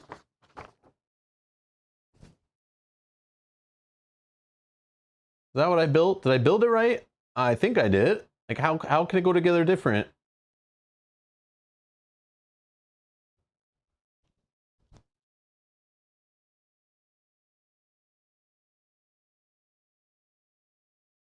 Yeah, Jack, we were having trouble with the cardboard on the chest. Some of it's like a little weird. Like, yeah, I was trying to like round it out, like, and it was just like a little weird. And then trying to get it, some of them trying to slide it on, just like the bookshelf. I was having trouble with it sliding here on the edge. Like I was worried I was gonna break it. A little weird, just a little weird, but it's fine. I don't know. I think I did that right. Upside down. Get out of here, Yogi. You're teasing. Yeah, get out of here. Don't tell me that. I'm just following the art, right? But the problem is like it's like a mirror image, right? So the slats on this part are facing that way. They're facing to the west, right? But in this, if I face it that way, I don't see any art. So it's like they kind of maybe printed them backwards a little bit. But I mean, it still works the same. Top has the decorations trim shot. Oh, shoot. Are you guys saying I didn't put the top part on properly? No, these are all the same. What are you guys saying? Those are all the same. These all have nothing on both sides for the top shelf, right? And then the middle shelves, doesn't matter which way you put them because they're all the same on all sides, right? And then the sides are the same. And then, like if I turn it that way, they're upside down, so I need it this way. Okay, and then the back is plain Jane. I don't know what you're saying. Stop messing with me. They fit together easily with the shelf to the front. Oh, I see what you're saying. You're saying this part I didn't put on correctly. So I put this part here. I see what you're saying. I get it now. I get it. You're saying where I slid this in, I maybe should have like, did it like that or something, make it shallower. Okay. Yeah, I didn't know I could mess it up, but I did. I guess I did. Okay. Yeah, I see. I was focused on the wrong part. Yeah, I see. The smaller part is on the front. Smaller parts on the front. I get what you're saying. I was focused on the wrong piece. Yeah, okay, Drew, thank you. I get what you're saying now. Sorry, I was misunderstanding. I get it. Okay, I'm going to try this one that way. I really don't care about that one. Like it still looks cool though, right? But I made it harder maybe putting the back on. I'm going to try it different. Let's see what happens. See, I can mess it up so when you guys build yours later, those who didn't build it yet, you can learn from my mistakes. And I'm okay with that. I'm okay with that. I'm not perfect, that's for sure. And maybe that's why my thing busted open. But the problem is, if I put it that way with that first one, when this part broke open, I would see it on the front, and that would drive me nuts. So I may flip it around if that happens again. Okay, we got those on properly, right? Right? Is that right? You're saying like that? And then that means the top part should be okay. I think it's like both the same. Or maybe it's, no, it's not. Okay. It's got like a rounded, it's like slightly different, right? It's like rounded on this side, square on that side. So that also would make a difference, I think. Okay, okay, okay. Let's see, let's see. Try this. I'll give you my verdict on if it went together any differently. Yeah, the subtle little details that you can't, I guess you can notice if you look very closely at the instructions, but. Okay, okay, let's see.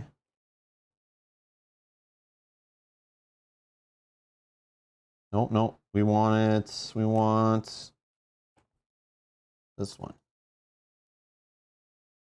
You're gonna line this part up. Trying to line them up to put this on top. It was a little messy.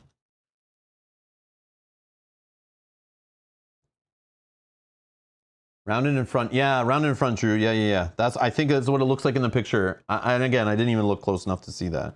I just thought it was obvious how it went together, but there is a difference. There is a difference.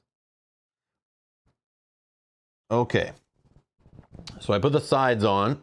They should all be on and lined up. Okay, sides are on. There's the back. So you can hide stuff in there. You can hide stuff in there before you put the back on. So if you got something important you want to hide in here, no one will ever think to look in your board game of Descent to find your valuables. You can hide them in there. And then the back part, we're going to slide it on. And hopefully not destroy it this time. And hopefully it goes on easier. And that's maybe was my problem. Oh. So far it's already better. But I feel it's giving tension on one side. Come on. Yeah, I see it's like very tight on one side. Yeah, it's just the cuts, I think.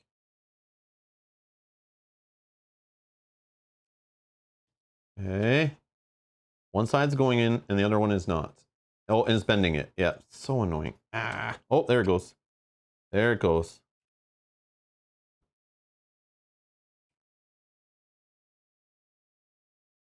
Careful, careful, slow and steady.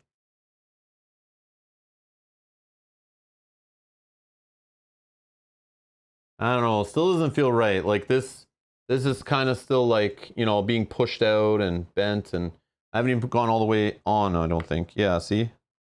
Yeah. Okay, that did go did go together a little better.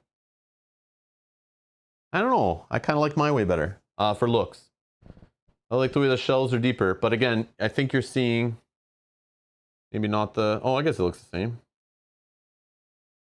Ish. I don't know. I don't know. You guys be the judge.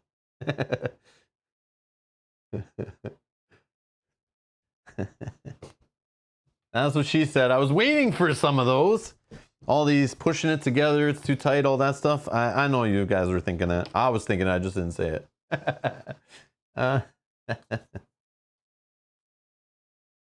Jack said, well, then I did it wrong. I know. I mean, it's right either way. It looked like, come on. Does it look any worse or better? I don't know. You guys decide. I really don't think it matters too much, but it did seem easier when I put it together this way, at least with these pieces. But again, some of the pieces feel like they're cut like a little different. They fit together a little better. I was good and didn't type it. Yeah. Hey, Janet. Hey, all. Just finished the last campaign scenario for Destinies. How does it look? Yeah, so far no paper cuts. But we're not done yet. Let's put together another bookshelf out of 4. I don't know. So far the bookshelves are not my favorite to put together. But everything else was fine so far. Tables, treasure chests, trees, larger tables, small tables. We haven't done the stairs yet or the doors. We did also barricades. We put together some barricades. We put together some archways.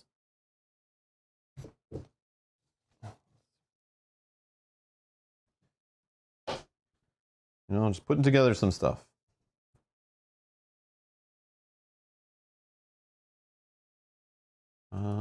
Ferric says, makes me think of the good old game Hero Quest, which had 3D furniture. Oh, did it?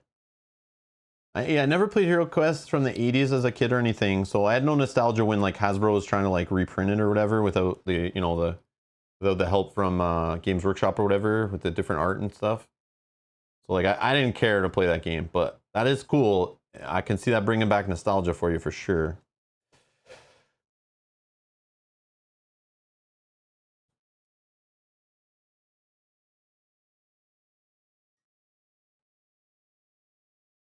Okay, round in the front. Let's try this. Round in the front.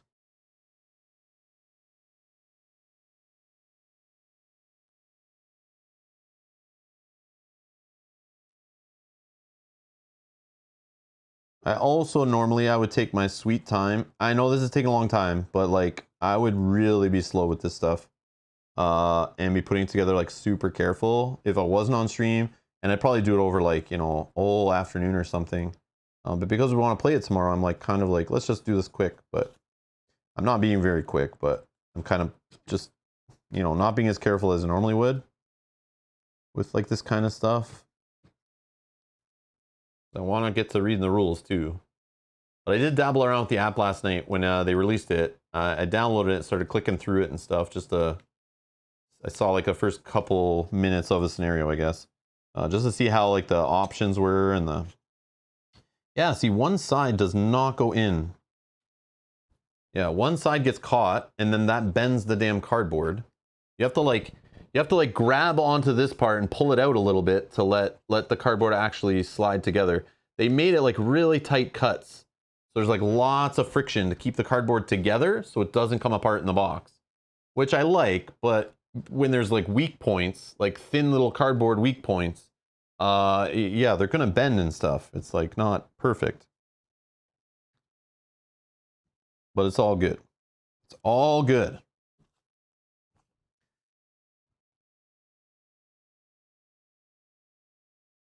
Drew says, it's funny that Altar Quest can have nice mini furniture, and for Descent you have to build cardboard. But Altar Quest minis are not on the same level though, right? And there's no app for Altar Quest, right? That was just like straight board game, mass-produced miniatures, like the usual stuff, right? Like not too detailed and stuff. Like if it's similar to the miniatures in Street Masters and stuff. And yeah, but they were going more of like a Hero Quest vibe, right? They were like heavily inspired by Hero Quest is what they were saying. So they were trying to go like old school, right? Like with that dungeon crawler. At least that's my understanding. I will play that one at some point. I definitely want to play it. I want to try it out. It did look cool.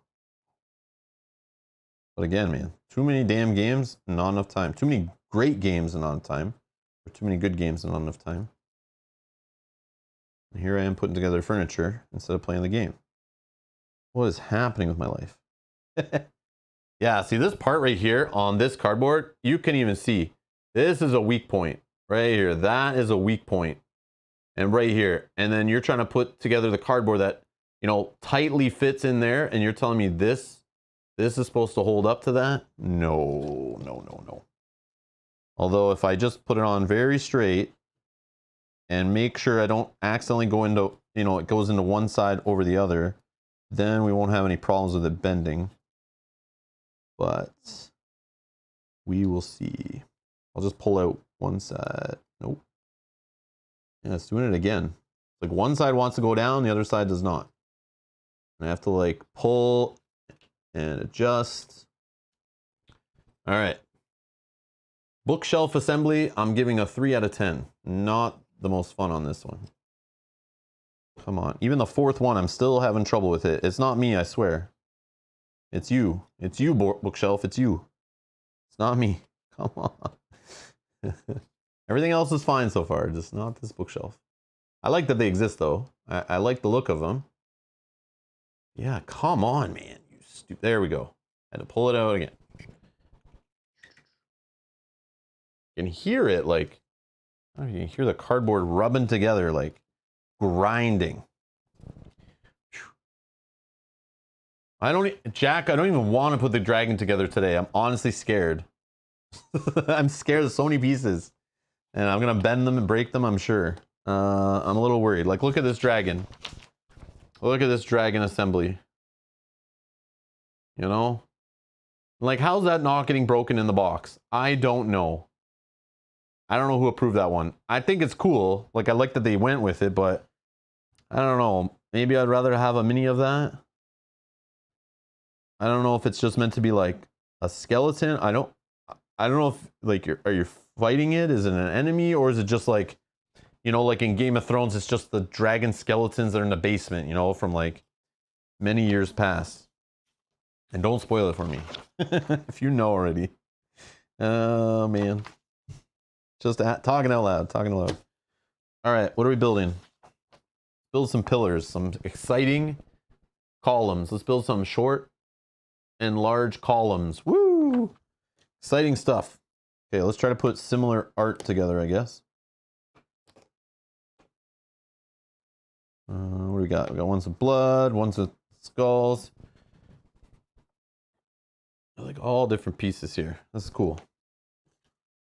Okay. These are all the same-ish. These are all the same. Okay, let's go with the ones with the blood dripping on them. I'm assuming those go together. That makes sense, right? And these, man, come on. Please work. Please work. All right. Not too bad. That was good. That was like the trees. Nice and easy. Nice. So this is the pillars or the columns, whatever you use to hold the levels of terrain up to make it like come off the table and have the stairs. That's my understanding.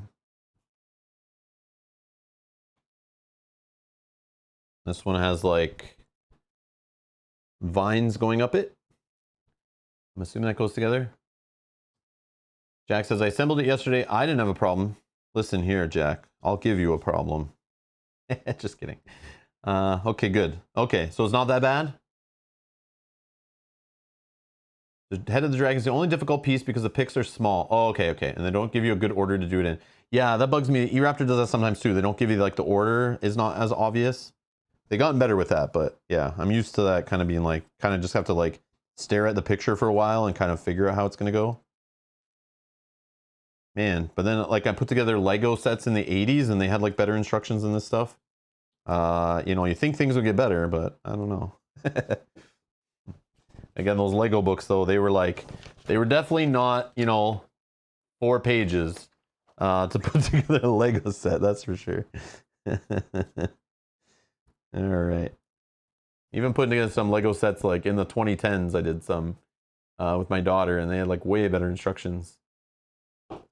Oh, holy short columns. All right. Do these ones matter? I don't think so. I don't think so. No, they're all the same. They're all the same. Short ones, don't care.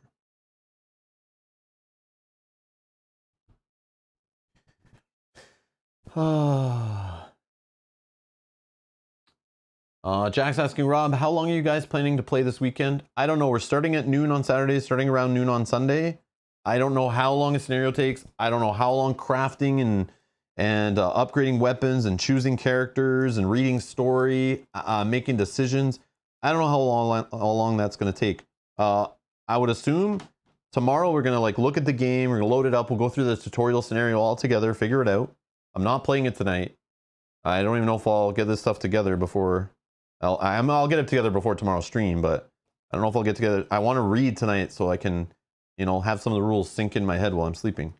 Um, but yeah, so tomorrow we'll just start out, we'll play, and just experience the game, take a look at it with everybody.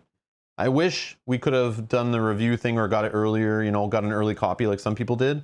So I could like, you know, play with it ahead of time, learn it, you know, teach you guys the game.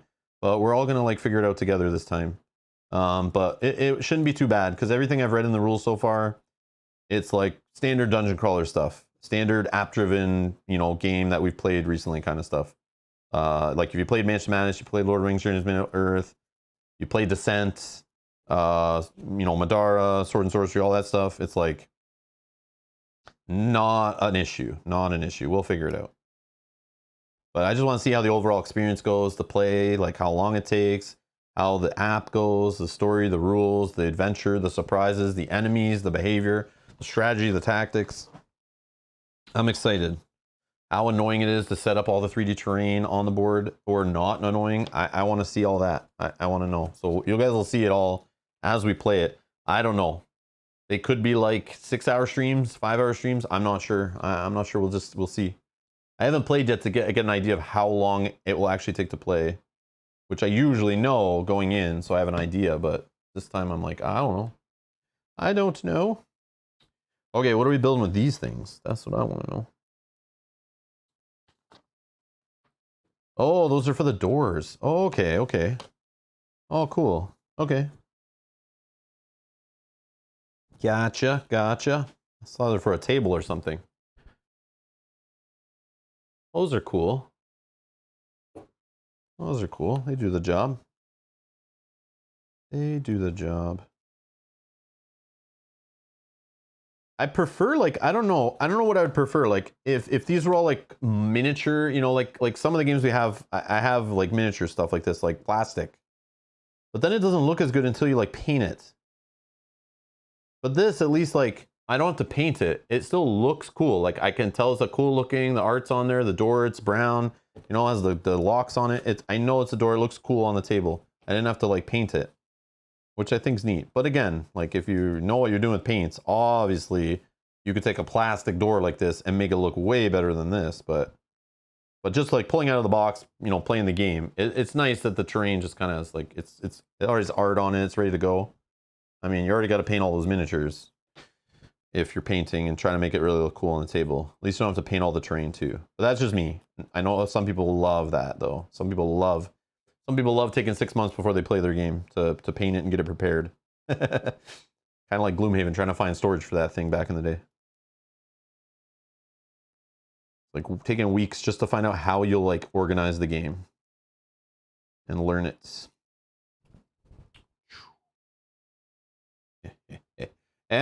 Creepy. Got blood all over it. What are you? What are you? Oh, this is just a tile. This is a map tile, I think. Yeah, yeah. This is a small one. I thought it was part of a table. All right, you know what we got to put together? We got to put together the wells. Let's put together the wells. Oh, they're giving me bookshelf vibes. Look at those weak points right there.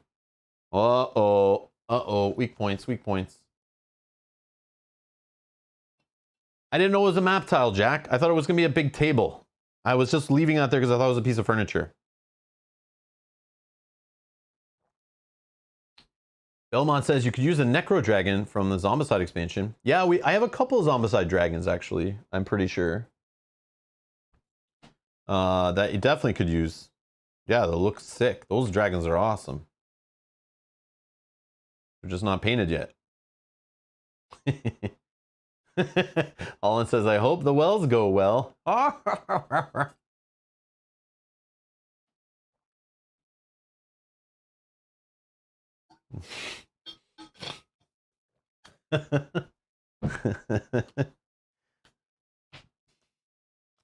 Bob says, box control is an essential part of the gaming experience. Discuss.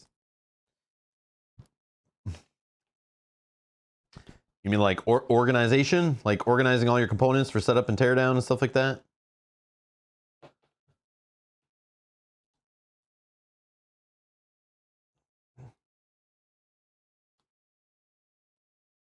Okay. me just punch out these tokens, I guess, while we're here.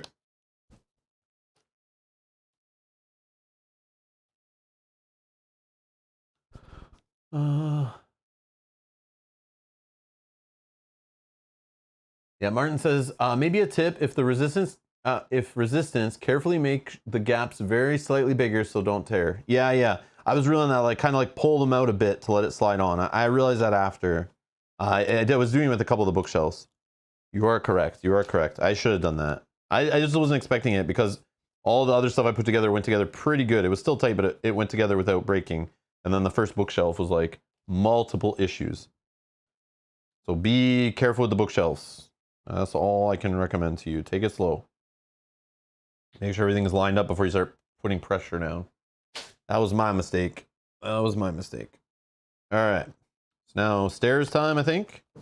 Or well first, then stairs. Sorry. Just like getting all this stuff out of the way.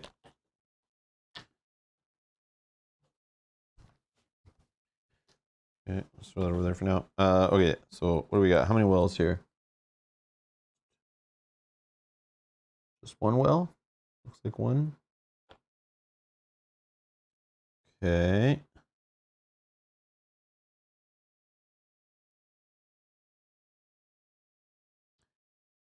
All right, so this goes like this. And this goes like this. This goes like this, I think. And then on the top, this goes there.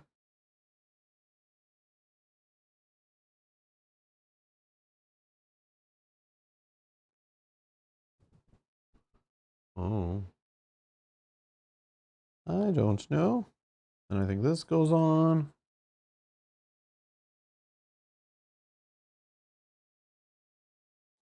Oh, yeah. That's cool.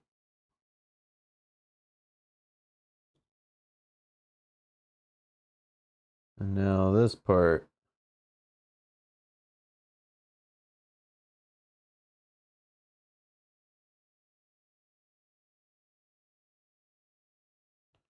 Okay, let's see. Oh, that's cool. Okay, that goes on easier than I expected. Thought this is going to be a bad one. Okay, yeah, it slides right in. That's nice. Okay, I like it. Oh, no. I want the art on the top. I want the green moss on the top. Yeah, that's better. If you don't want moss on your well, or whatever that is, if you don't want moss on the top, you could just flip it over. Do what you wish.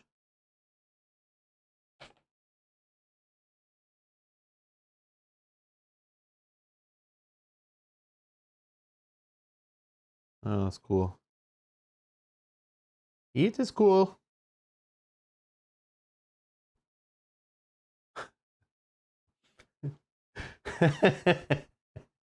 Martin says, I'm lovingly calling this bit of gameplay Descent, Furniture of the Dark.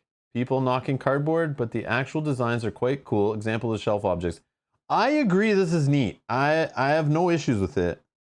I would rather have this in my game than not. I don't know. I think it's cool, especially if they use it often. Like, I wish they did this in Lord of the Rings: Journey to Middle-earth. For the battle scenarios and stuff, right? Those you know, some cool statues and things. That would have been cool. All right, here we go. Moment of truth. I gotta be careful here because this is like the bookshelf. Yeah, I'm scared. Gentle. Slowly. Okay, I feel tension. We're not gonna just push. We're going to slowly wiggle and move pieces around, line it up different. Pull out some of the cardboard. Oh no! Okay, it's on. It bent a little bit. Not really. Oh, maybe not. No, I think it's okay. It's like a little bit on the one side there.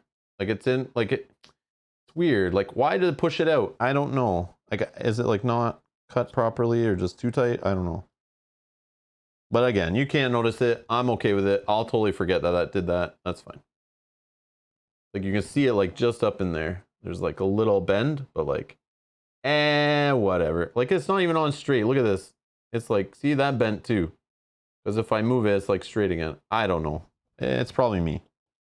But man, that's fine. That's totally fine.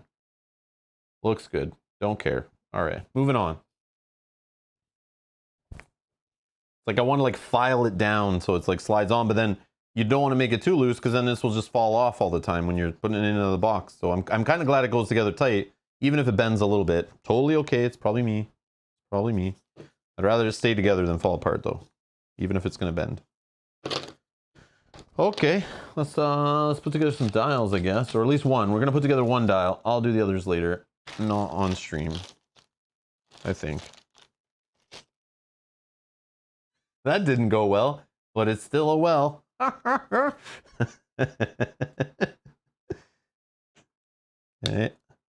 It's not my first rodeo putting together dials, that's I'll tell you. Well, I just put them together for the Lands of Galzier we played the other day. They had dials like this. Uh-oh. Get in there. It's in there. There we go. And the dials are good? Are they go together? They stay together tight? Yeah, they do. Okay, they learn, man. They've been putting so many together for X-Wing for years, right? They know. No loose dials here. Yeah. No loose dials. This isn't like Gloomhaven, right? Where the dials, you're like, you sneeze on the dial and all of a sudden you're like, whoa, I got extra XP. What just happened? Yeah, that's good. That's good. Nicely done. Nicely done. See if all of them are like that. I'm sure, yeah. It's just like put together X-Wing dials or Lord of the Rings, Journeys of Middle-earth dials. Or no, not Journeys of Middle-earth. Lord of the Rings, the Living Card Game dials. Reminds me of that. What's up?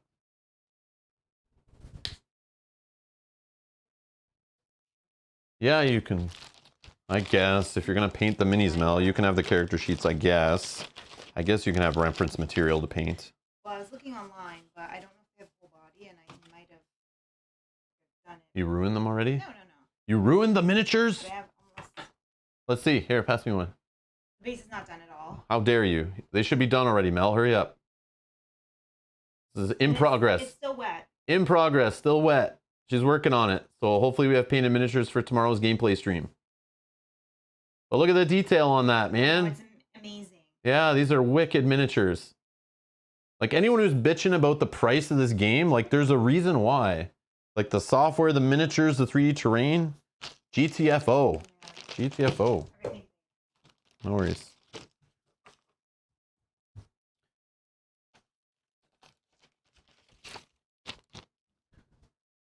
Yeah, I like it. And then it's cool, like the little touch of the plastic on the bottom of the miniatures. I just love that they did this different stuff. I like it. You want to see how many tokens you get too? Come on, this is like $25 of the game right here. It's Fantasy Flight, right? Look at all the tokens. Look at the pile of tokens, okay? There's $25 right there in just little cardboard tokens. Oh my God, so much stuff.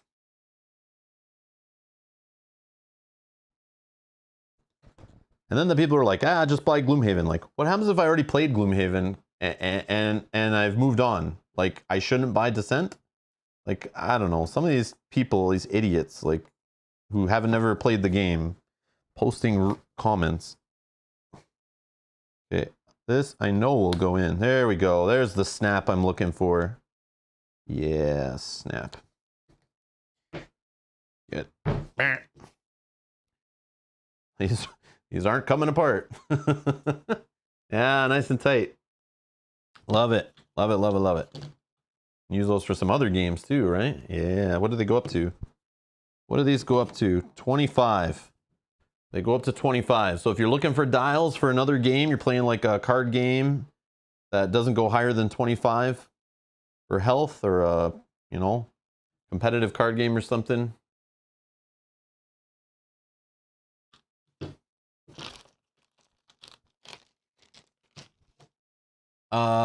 I don't know. Mel, are you in the chat? Can you answer Ziggy's question?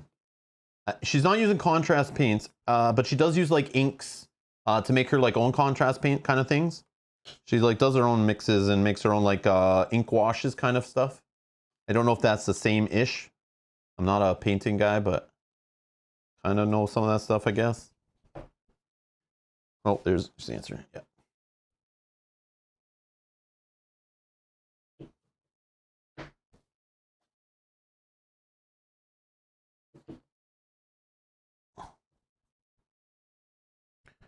This one is being a pain in the butt. Nope, it's good. I just thought it wasn't together, but it is. Said I wasn't going to put the dials all together, but I did. Oh, did they give you extra? Yeah, they usually throw in like 1 or 2 extra of these, but I think they threw in 4 extras. Yeah, they threw in 4 extras. I don't know why. What am I doing?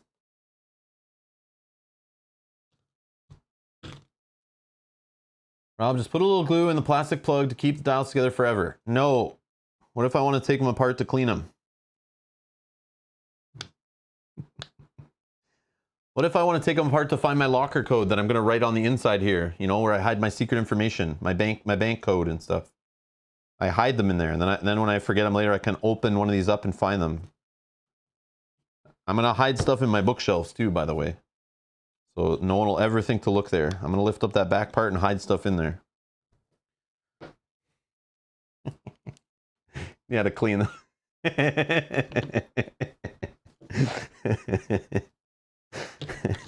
I'm only kidding. I'm only kidding. I know what you mean, Jack, though. Yeah, dropping a bit of glue in there is perfect.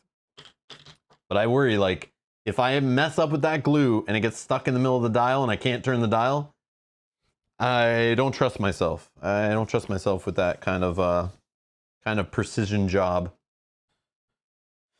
Okay. Man, building furniture is hard work. I just realized my bottle's kind of like see-through.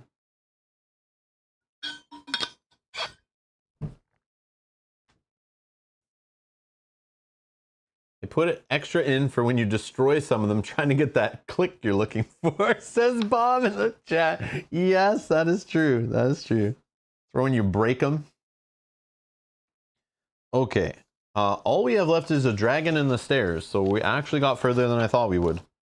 I thought I would have given up by now and just did the rest tomorrow morning or something. Okay, let's try the stairs. It's like 4 different sets of them.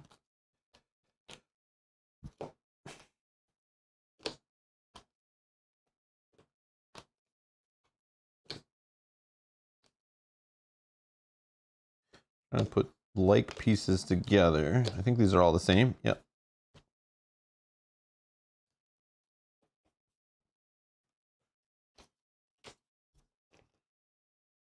I appreciate you guys being here, though. This makes this not as boring, that's for sure.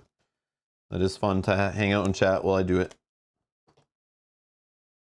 Otherwise, I'd be beside Mel trying to put these together, and she wouldn't be listening to me because she'd be focused painting. She'd be like, "What? What'd you say?" And I'd be like, "What the hell?" I'm just kidding. The Well of Darkness beckons.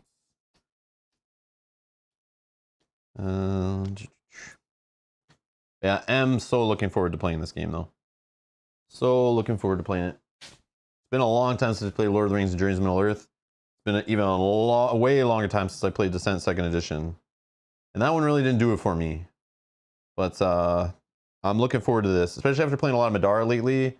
I'm looking for a dungeon crawler that's like not as fiddly, not so many rules. Like this is definitely not as complex, I think. There's nothing on here other than the dragon yet. Okay. It'll be nice to have the app handle some of the combat and stuff for us. You know, looking forward to that. Not have to worry about line of sight so heavily. You know, and trying to calculate distance and all that stuff. But we'll see. We'll see how it goes. All right, so we are starting with, I guess the best way to do this is start with these. Slide these on first, maybe. Slide in, snap in. Okay, okay. And this side, it like kind of slides on, and then there's like this part that goes in here. So you gotta kind of do it on an angle. And then once you line up this part, then you kind of push it down. Okay, and then the next one, same thing.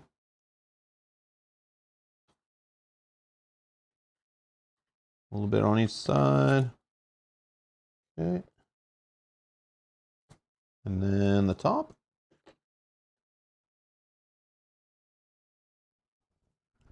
There's a set of stairs.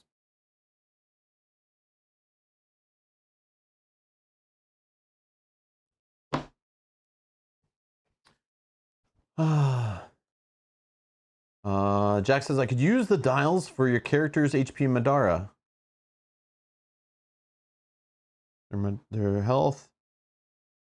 Well, it might go, does it ever go higher though? Like, I know right now that's fine, but we're getting close. Like one of the characters like a 22 health. And I'm sure eventually we'll get more items as we get to the next chapters that'll just add more. So for now, yes. For now, yes. I'm just not sure if all the way through, but again, just based on like, you know, going to chapter 2 and just seeing how the health goes up on some of the other items. I'm sure it goes even further.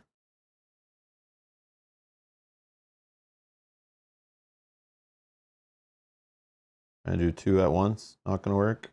No, it works.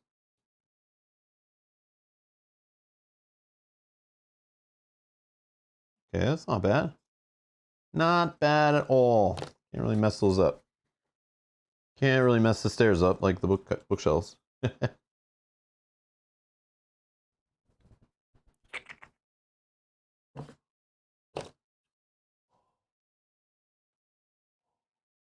Oh, we got a podium. Look at that. A little Olympic podium there. Something.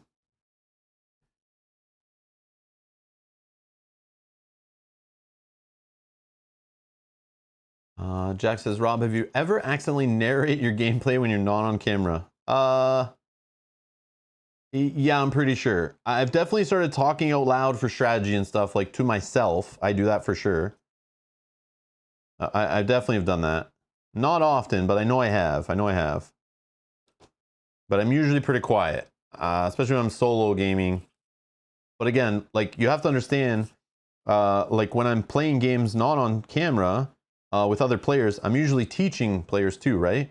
So even if it's like you know, like a 4-hour gaming session and I'm playing for the first time with a couple other players, I will just like I do on stream, I'll be sitting there explaining what I'm thinking, what my decisions are, what I'm doing to help the other players kind of learn and understand, even if it's like at the expense of them knowing my whole strategy and just crushing my face. But yeah, sometimes you gotta just do that to like, so they understand what's happening. I find it's a good way to teach, obviously, like you guys seem to like it. So I do that when even the cameras aren't running, when I'm playing with others who are new at the table. But once everyone knows and played a few times, then I'm just a quiet assassin. I sit there silent, just plotting their demise the whole time and crush them. And then I drive home cackling, evil laughs the whole way home. But yeah. Dale's here. Hey, Dale, how's it going? Welcome to a craft time with Rob. Trying to avoid getting paper cuts. Trying not to have to use glue. But yeah, welcome to Craft Time with Rob. As we put together Descent, Legends in the Dark, of the Dark, Legends of the Dark. Sounds right.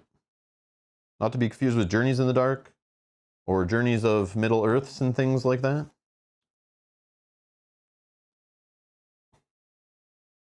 Yeah, don't be here today to decide. Anyone who's in the chat talk about like coming to see if the game's any good. That's not today's stream. That's tomorrow and the next day's streams. We're going to be playing the game, trying it out, fumbling through it, having a good time. And we'll let you know. And if we're not having a good time, oh, I'll let you know. Oh, I'll let you know, all right. But I'm looking forward to it. I had so much fun playing Lord of the Rings: Journeys of Middle-earth, you know, and Mansion of Madness 2nd edition. So having a full fantasy dungeon crawler with the app-driven stuff, I'm all for it. We got our stairs built. All that's left, the dragon. And I think, oh my God, 3 hours it's been? Oh man. Not 3 hours just putting it together. We unboxed it, we chatted, we ranted, the whole thing. Took breaks, sprayed some miniatures with primer. All good. But lots of punching of stuff. We didn't even go through all the cards, man. I don't even want to. I want to be surprised. Okay. Let's do this dragon. Let's put them together. Let's not break them, hopefully. Let's not break them.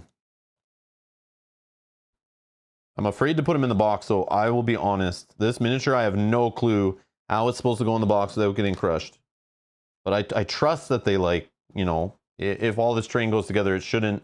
Like, I know the tiles go in a separate part of the box. But, like, I guess, yeah, I guess these bookshelves aren't really going to, like, destroy the dragon. I don't think, but I'm not dismantling this thing. Let me tell you that.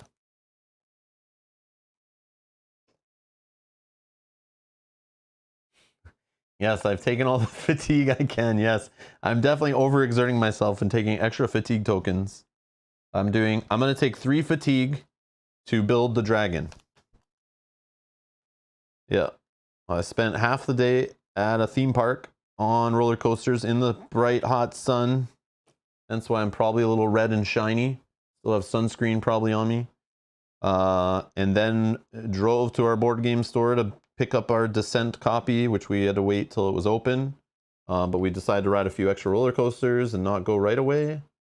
And then we got stuck in traffic on the way back, and our drive home was almost an hour more than was planned, which sucked. A gravel truck spilt gravel and blocked a few lanes of highway, and it took like 4 hours for them to clean it up for some reason. Don't know what that was all about. But yeah, fun times. Fun times. And there was accidents too. Like, it was not just that, it was like accidents, like, yeah, I don't know. But yeah, anyways. So it took us forever to get home. I wanted to be doing this stream in the afternoon, putting this stuff together, and then, you know, but here we are. Here we are. And I was debating, like, since I got home later than expected, I was not going to stream this and just do it myself quietly after dinner and just put it together. But I thought it'd be funny to just rant and have fun and talk with you guys while we put it together. If anyone was watching, if nobody was watching, I just would slowly, like, all right, we unboxed it. Time to end the stream. But you guys are hanging out. It's fun. I appreciate your time. I appreciate you guys hanging out. Making this not so boring. Just pile of bones here. Pile of bones. Dragging it head first. It's the most annoying thing. Okay. All right. I'll sort out the parts in a sec, and then we will make sure I have everything here. Did we get them all? Think we didn't leave anything in the tray. Yeah, I think we're okay. I think we're okay. All right. I'm not throwing any of this cardboard away for at least a couple days, just in case I miss something. But I think we're okay so far. Only thing would be like a token or two maybe, but I doubt it. They're so brightly colored. I don't see how I would miss one of those in the tray. Okay. Dragon head, you say? Dragon head. Dragon head.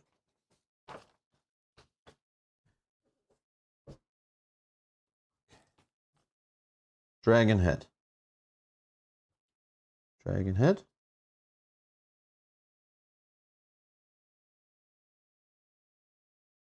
Dragon head. That looks right. Get on there, you son of a... All right. No, I went on okay. I went on okay. So like this. Okay. Now, we want... Looks like these. Go on here. No, they go on here. Oh, that's already looking cool. Look at that. That's already looking cool. Just 3 pieces together and it looks cool already. I see where this is going. This part. Okay. All right. Okay, we're getting there. All right. All right. Okay. Next. There's like a middle part, this part, and this part. Go in here somehow. And the 3 part would be this, I'd assume. Maybe. Nope, I see what's happening. It goes this way. I hope. I hope. Rip. Crunch. Crack. Oh, come on. Get on there. Get on there. I know you go there. Yeah, this is weird. You can tell it goes, but it's like you gotta like angle the top part. I'm pretty sure that goes on there like that, but I can feel this is like soft cardboard. It's like too much art on it or something. It's like, yeah, I don't know, but it's cool. There we go. Okay, that feels like it's on. Okay, and this one, slide on here.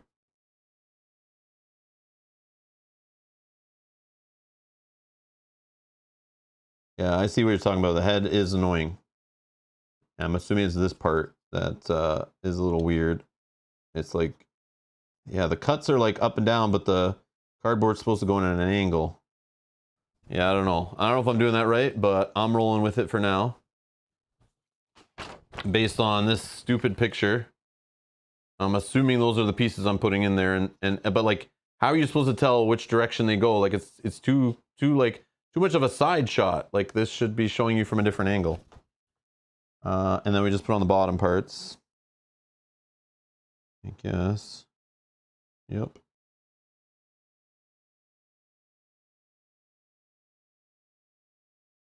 Oh man, don't you bend, you piece of crap. You stay there.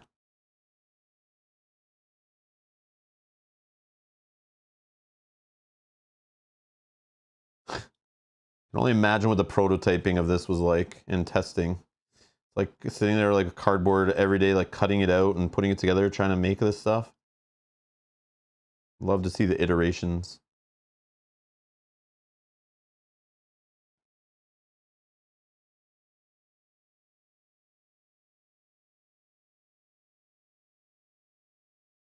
I don't know. It feels weird. Some of the teeth are like, I don't know. It's like, is that the way the mouth's supposed to go? Should my teeth be inside and like some be overhanging? Probably, right?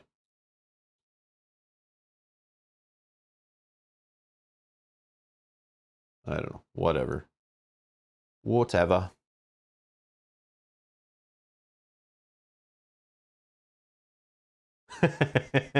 Yes, Critical Pickle, I agree. This feels like I'm putting together IKEA crap too.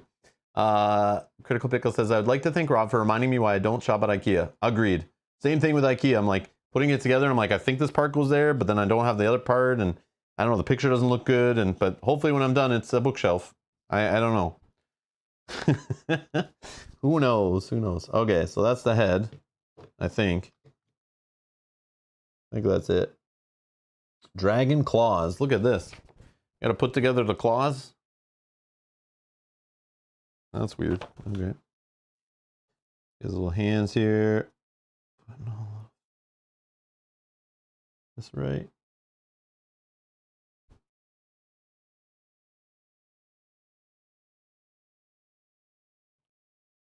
So weird. Like, I don't know. I'm just like, I'm not sure why they did a dragon. I'm curious. I want to see. I want to see what happens. Like, why did they do a dragon in cardboard and not in plastic? I don't know.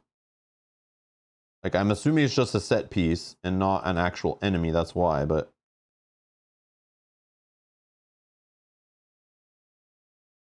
I mean, it looks cool, but you just think it's like, man, why? Why am I putting this dragon together? Doesn't fit with the rest of. I put together a bunch of furniture, then I'm putting together a dragon body here. I don't know.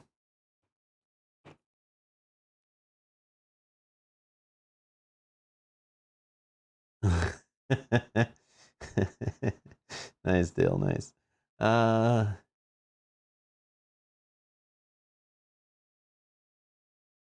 Oh, Dale's saying I'm waiting for Rob to play it and actually say, Dale, buy it. Like he does many other games. Listen, Dale. I don't say that. That's the other voice in your head is saying that. Don't put that on me. You need to be taking your medication so you stop hearing those voices. Don't blame your board game addiction on those voices.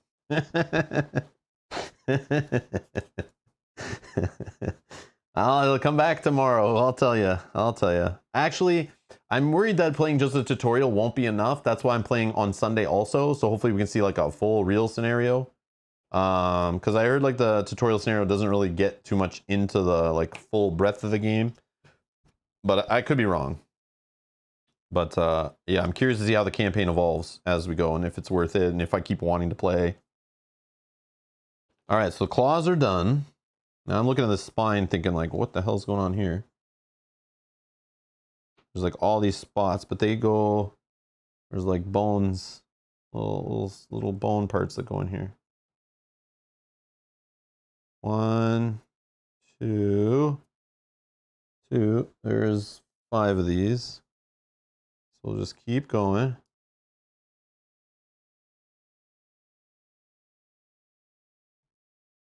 Keep going.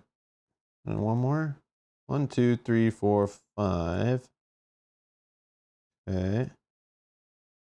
I don't know. That's cool. It gives like a cool 3D effect. I like that. That's neat. It's like why? I don't know.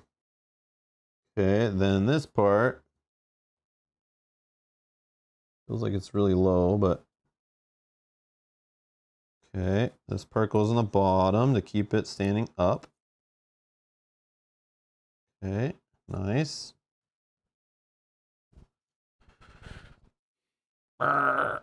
Okay. Now we just attach everything to it. Okay, okay. Let's start with the hands, I guess.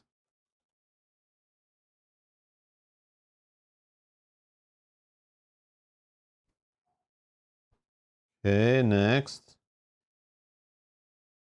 I don't know, you guys, if there's enough likes on this video, I think that's a justification to start a side Lego channel where you guys just watch me put Lego together. I've always wanted to do that, but couldn't justify the price of Lego sets nowadays. My God. But maybe we can do that. It's a lot cooler than putting this stuff together, that's for sure. That's for sure. Okay. We got a wing. Ain't no thing but a dragon wing. Okay. Yeah, see, these wings are like not, they're on, but like, you're telling me this wing is not going to get bent in the box with the other stuff all thrown in with it? I don't believe it. I don't believe it. I think this thing is going to be sitting on a shelf, not going back in the box out of fear. Or it goes in the box. If it gets bent, oh well. And then we play with a bent dragon. And then I tweet my bent dragon pictures, you know, at FFG. I can't wait to see the funny things people are going to post about, you know, the silliness of this terrain, I'm sure. Those who actually own it and play with it. Feel like the head is not put together right, but I think it is. I don't know. It's fine. Yeah, the head is weird, but that's the dragon thingy, bone skull thingy. I don't know. The dragon is hugging. Yes, it's welcoming you in. Come to me, heroes. Come to me. I will eat you.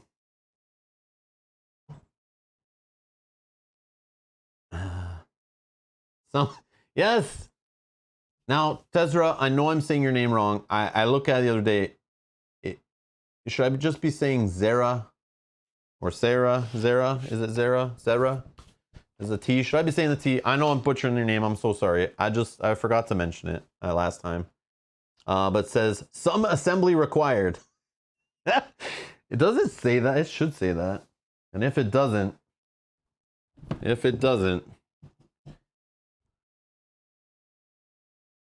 requires a free digital companion app.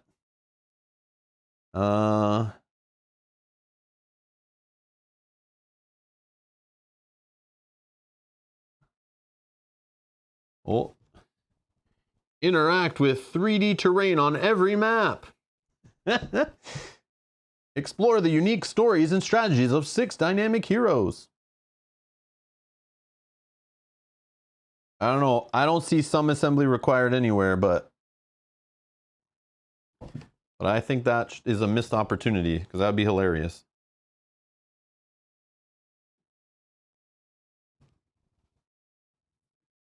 Oh well.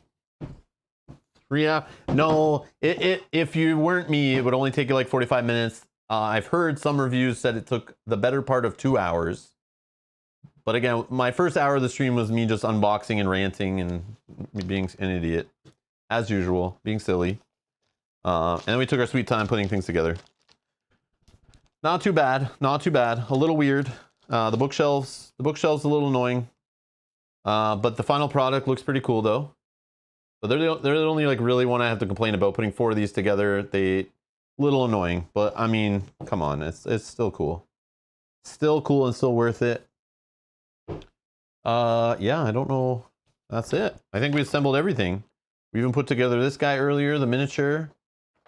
Yeah, we put together all the chests, the doors, the stairs, dragon, trees, dials, columns, the Centurion hybrid assembly.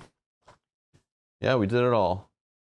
Yeah, just one more of these miniatures, man. These miniatures, holy jeez. Like, for those that joined late, these miniatures are like next level stuff. Next level stuff. So nice. So nice. Like, definitely more detailed than any minis I've ever seen in a board game.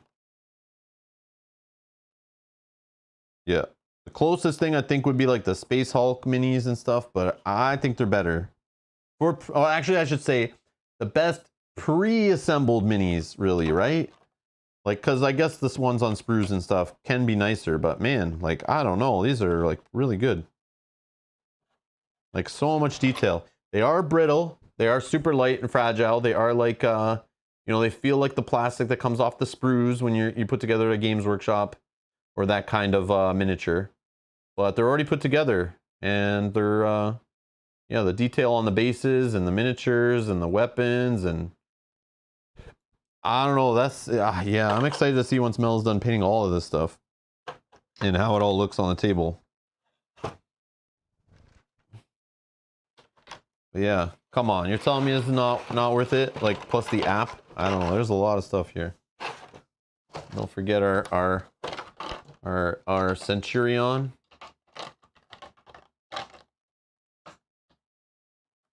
Okay, he's there.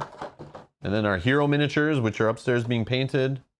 And we got our pre-order bonus, I guess, with what it was. I didn't expect it. I didn't know. But we have our pre-assembled Centurion, who is Sundrop painted already or whatever. But like, come on, look at this guy. Look at this guy. Like, that's epic stuff. I don't know. That's cool. Very detailed. Like, if you're a minis painter, you know these, like, this plastic and the way they're assembled and stuff. It's just like when you put together your Space Marines and things, right? It's like that, and they're like super detailed. I love it. And I didn't have to put them together other than this one. This one is the only one you have to put together. Yes, I had to spend hours putting together cardboard, but I do like the minis are already ready to go, and you just have to paint them. But yeah, really nice miniatures. Like, I mean, really nice. Like, I'm probably not explaining it or showing them better as good on video, but like, yeah, like the layers. Like, I have Kickstarter board games with miniatures and stuff, but I don't know. None of they're all like that soft plastic that like bends and stuff. But this stuff is like the brittle, like, you know, stuff that the Games Workshop stuff's made of. I don't know how to explain it, but yeah, very nice. I know someone will leave a comment later describing exactly the process and the plastics and stuff that I'm not articulating correctly, but I'm not a minis guy per se, so like, but I mean, like, to paint this stuff, I'm sure it's cool. You'll hear Mel's thoughts on it tomorrow, I'm sure. You know, after she's painted the heroes and what she thinks. Yeah. You were helpful, Drew. You were helpful for sure. You were definitely helpful. I'm sorry if it was cringy seeing me put together things wrong and bending things. I'm so sorry. But yeah. What do you guys have to say here? And Dan Calloway says, I'm looking forward to your next 2 videos. Yeah, live streams. Join us tomorrow, noon Eastern. Noon Eastern, tomorrow and Sunday. At least tomorrow's noon. Sunday I might change, depending on how the game goes on Saturday, how long it takes. I might move the stream sooner or later, depending. But we're going to try to get through as much as we can, just to see the game and get some thoughts on it and stuff. So we'll play through we'll get it set up tomorrow on stream. We'll play through the tutorial. You guys can help us choose characters. We'll talk about the weapons work and stuff. We'll figure out the game together. We'll play through. I'm going to read the rules, the rest of the rules tonight. Get the game set up tomorrow morning. And then we'll play through tomorrow on stream the tutorial scenario, start a campaign, see how the story is, see how the app goes. We got the app all ready here. You know, we'll click through this tomorrow. You can load a campaign in here. And yeah, you guys can help us pick our party names. So think of some funny party names. Show up tomorrow with your best party name. We'll ask the chat. We can do a poll on the best ones or something. And we can come up with a funny party name as we start tomorrow. And we'll just start a campaign, Mel and I, playing 2-player. And we'll try to pick different heroes each scenario if we're allowed. To just try out different heroes and play as many scenarios as we can in 2 days. I'm assuming it's at least 2 scenarios. But hopefully we can see our first like full scenario that's beyond the tutorial. And kind of see how the game flows and how it is and what's different, what's new. So there's a Learn to Play rule book. It is available in a PDF already on their website. So the Learn to Play is 31 pages. 31 pages with a reference on the back. And the rules reference guide for this that you normally find in Fantasy Flight games is in the app. And I'm sure they'll keep that up to date in there and everything. But supposedly the rules reference doesn't come printed with the game. Just like it doesn't with some of their other games, or goes out of date and they just keep the PDF up to date. They didn't even choose to print the rules reference with it. They just included it in the app. Since you need the app running anyway, it's kind of a good place so they can keep the information in it up to date and fix things as needed. And you know, you're always looking at the latest rules reference, which is nice. I like that. But I'll try to find it in there. Don't give me party names now. I won't remember them tomorrow. But, oh, Dan's saying the party name, The Broken Bookshelf. Oh, man. Or no, The Secret of the Bookshelf. Oh, I like that. Or insert tab A into slot B. You guys are horrible. I love it. I love it.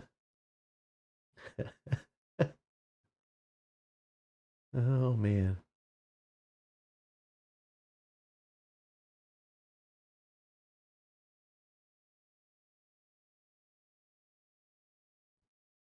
Critical Pickle says, I think you should have put a camera up for Mel so when you know you have some downtime, you could move over to her so she can update on what she's doing and so forth.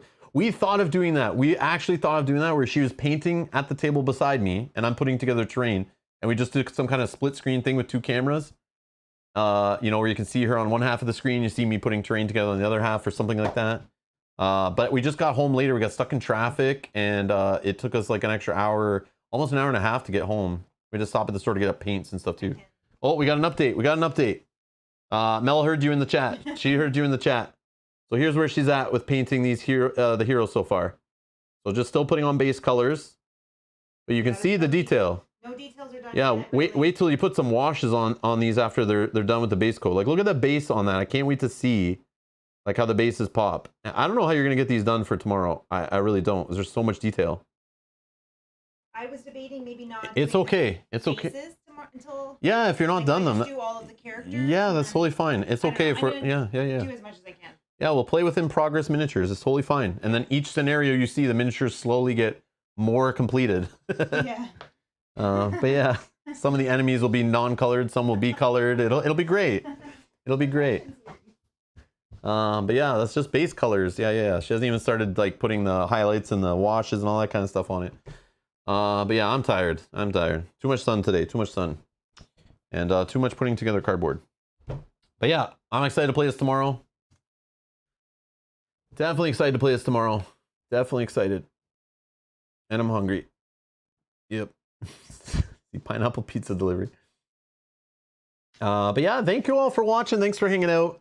This is, just casual unboxing assembly, just having some fun hanging out. Nothing serious. I'm so sorry if you're watching this expecting like a super detailed unboxing or assembly instructions or something. Hopefully you learn from my mistakes with the assembly. That's all I can hope. But just some hanging out, having some fun, putting the game together, talking about the game, what I know so far, what we know. But tomorrow we'll get deep into it. We're going to be cracking into the rules, setting up a scenario, playing a scenario, going through the app, having a good time, actually getting into the part of the process I really love is playing the game. And then we'll be back Sunday again. So today, tomorrow, and the next day, all live streaming, all Descent, diving into this brand new game that just came out today from Fantasy Flight Games. Descent Legends of the Dark. Yeah, Legends of the Dark, right? So yeah, thank you all for watching. Please hit the like button on your way out. If you're new here, make sure you subscribe so you can get notified when we go live. Hit the notification bell, turn those on. You can already set reminders for those next streams. Check down in the video description. I put a playlist link down there, and you can see the playlist of all the future Descent playthroughs we're going to do. You can set reminders for the ones that are coming up. You can watch the ones that have already happened. All down in the video description. I put those in a playlist link. And if you'd like to support the channel, thanks to all those that donate on Patreon, or click the join button down below if you'd like to donate to the channel, help support us buying $175 games to play for you. You can do so in the video description. There's links for all that stuff. Thank you all those who support us. Without you guys supporting us, I would never even think of buying this game without waiting and seeing reviews and what people say. I took a leap of faith on this one, but I figured I also could see it. And a lot of people have been asking, is it going to be any good? They're excited to see us play it. They want to see my thoughts on it. So I figured this one I'd spend some money on it, and we'll see how it goes. But I'll give you my honest thoughts. That's for sure. I paid money, so I am not, this was not a free copy from Asmodee. Sometimes I get copies, I'll let you guys know. But this one is, I drove an hour to a store to get this, pre-ordered it since December 2020. I was all in. So yeah, you guys will hear my reaction. No holding anything back. But I think I'm going to have some fun with it. I think it'll be a nice, fresh change of pace. I'm looking forward to getting an app-driven game back on the table. So we should have some fun playing it with Mel. Maybe we get some Kyle to join us, do some 3-player at some point. We'll see. We'll see how the jump in, jump out mechanics work. If there are any, if it works that way. I think it does. I think you can change player count between scenarios. So we'll see how that goes. But anyways, thank you all for watching. Thanks for spending the time with me here. And I'll see you in the stream tomorrow. Bye-bye.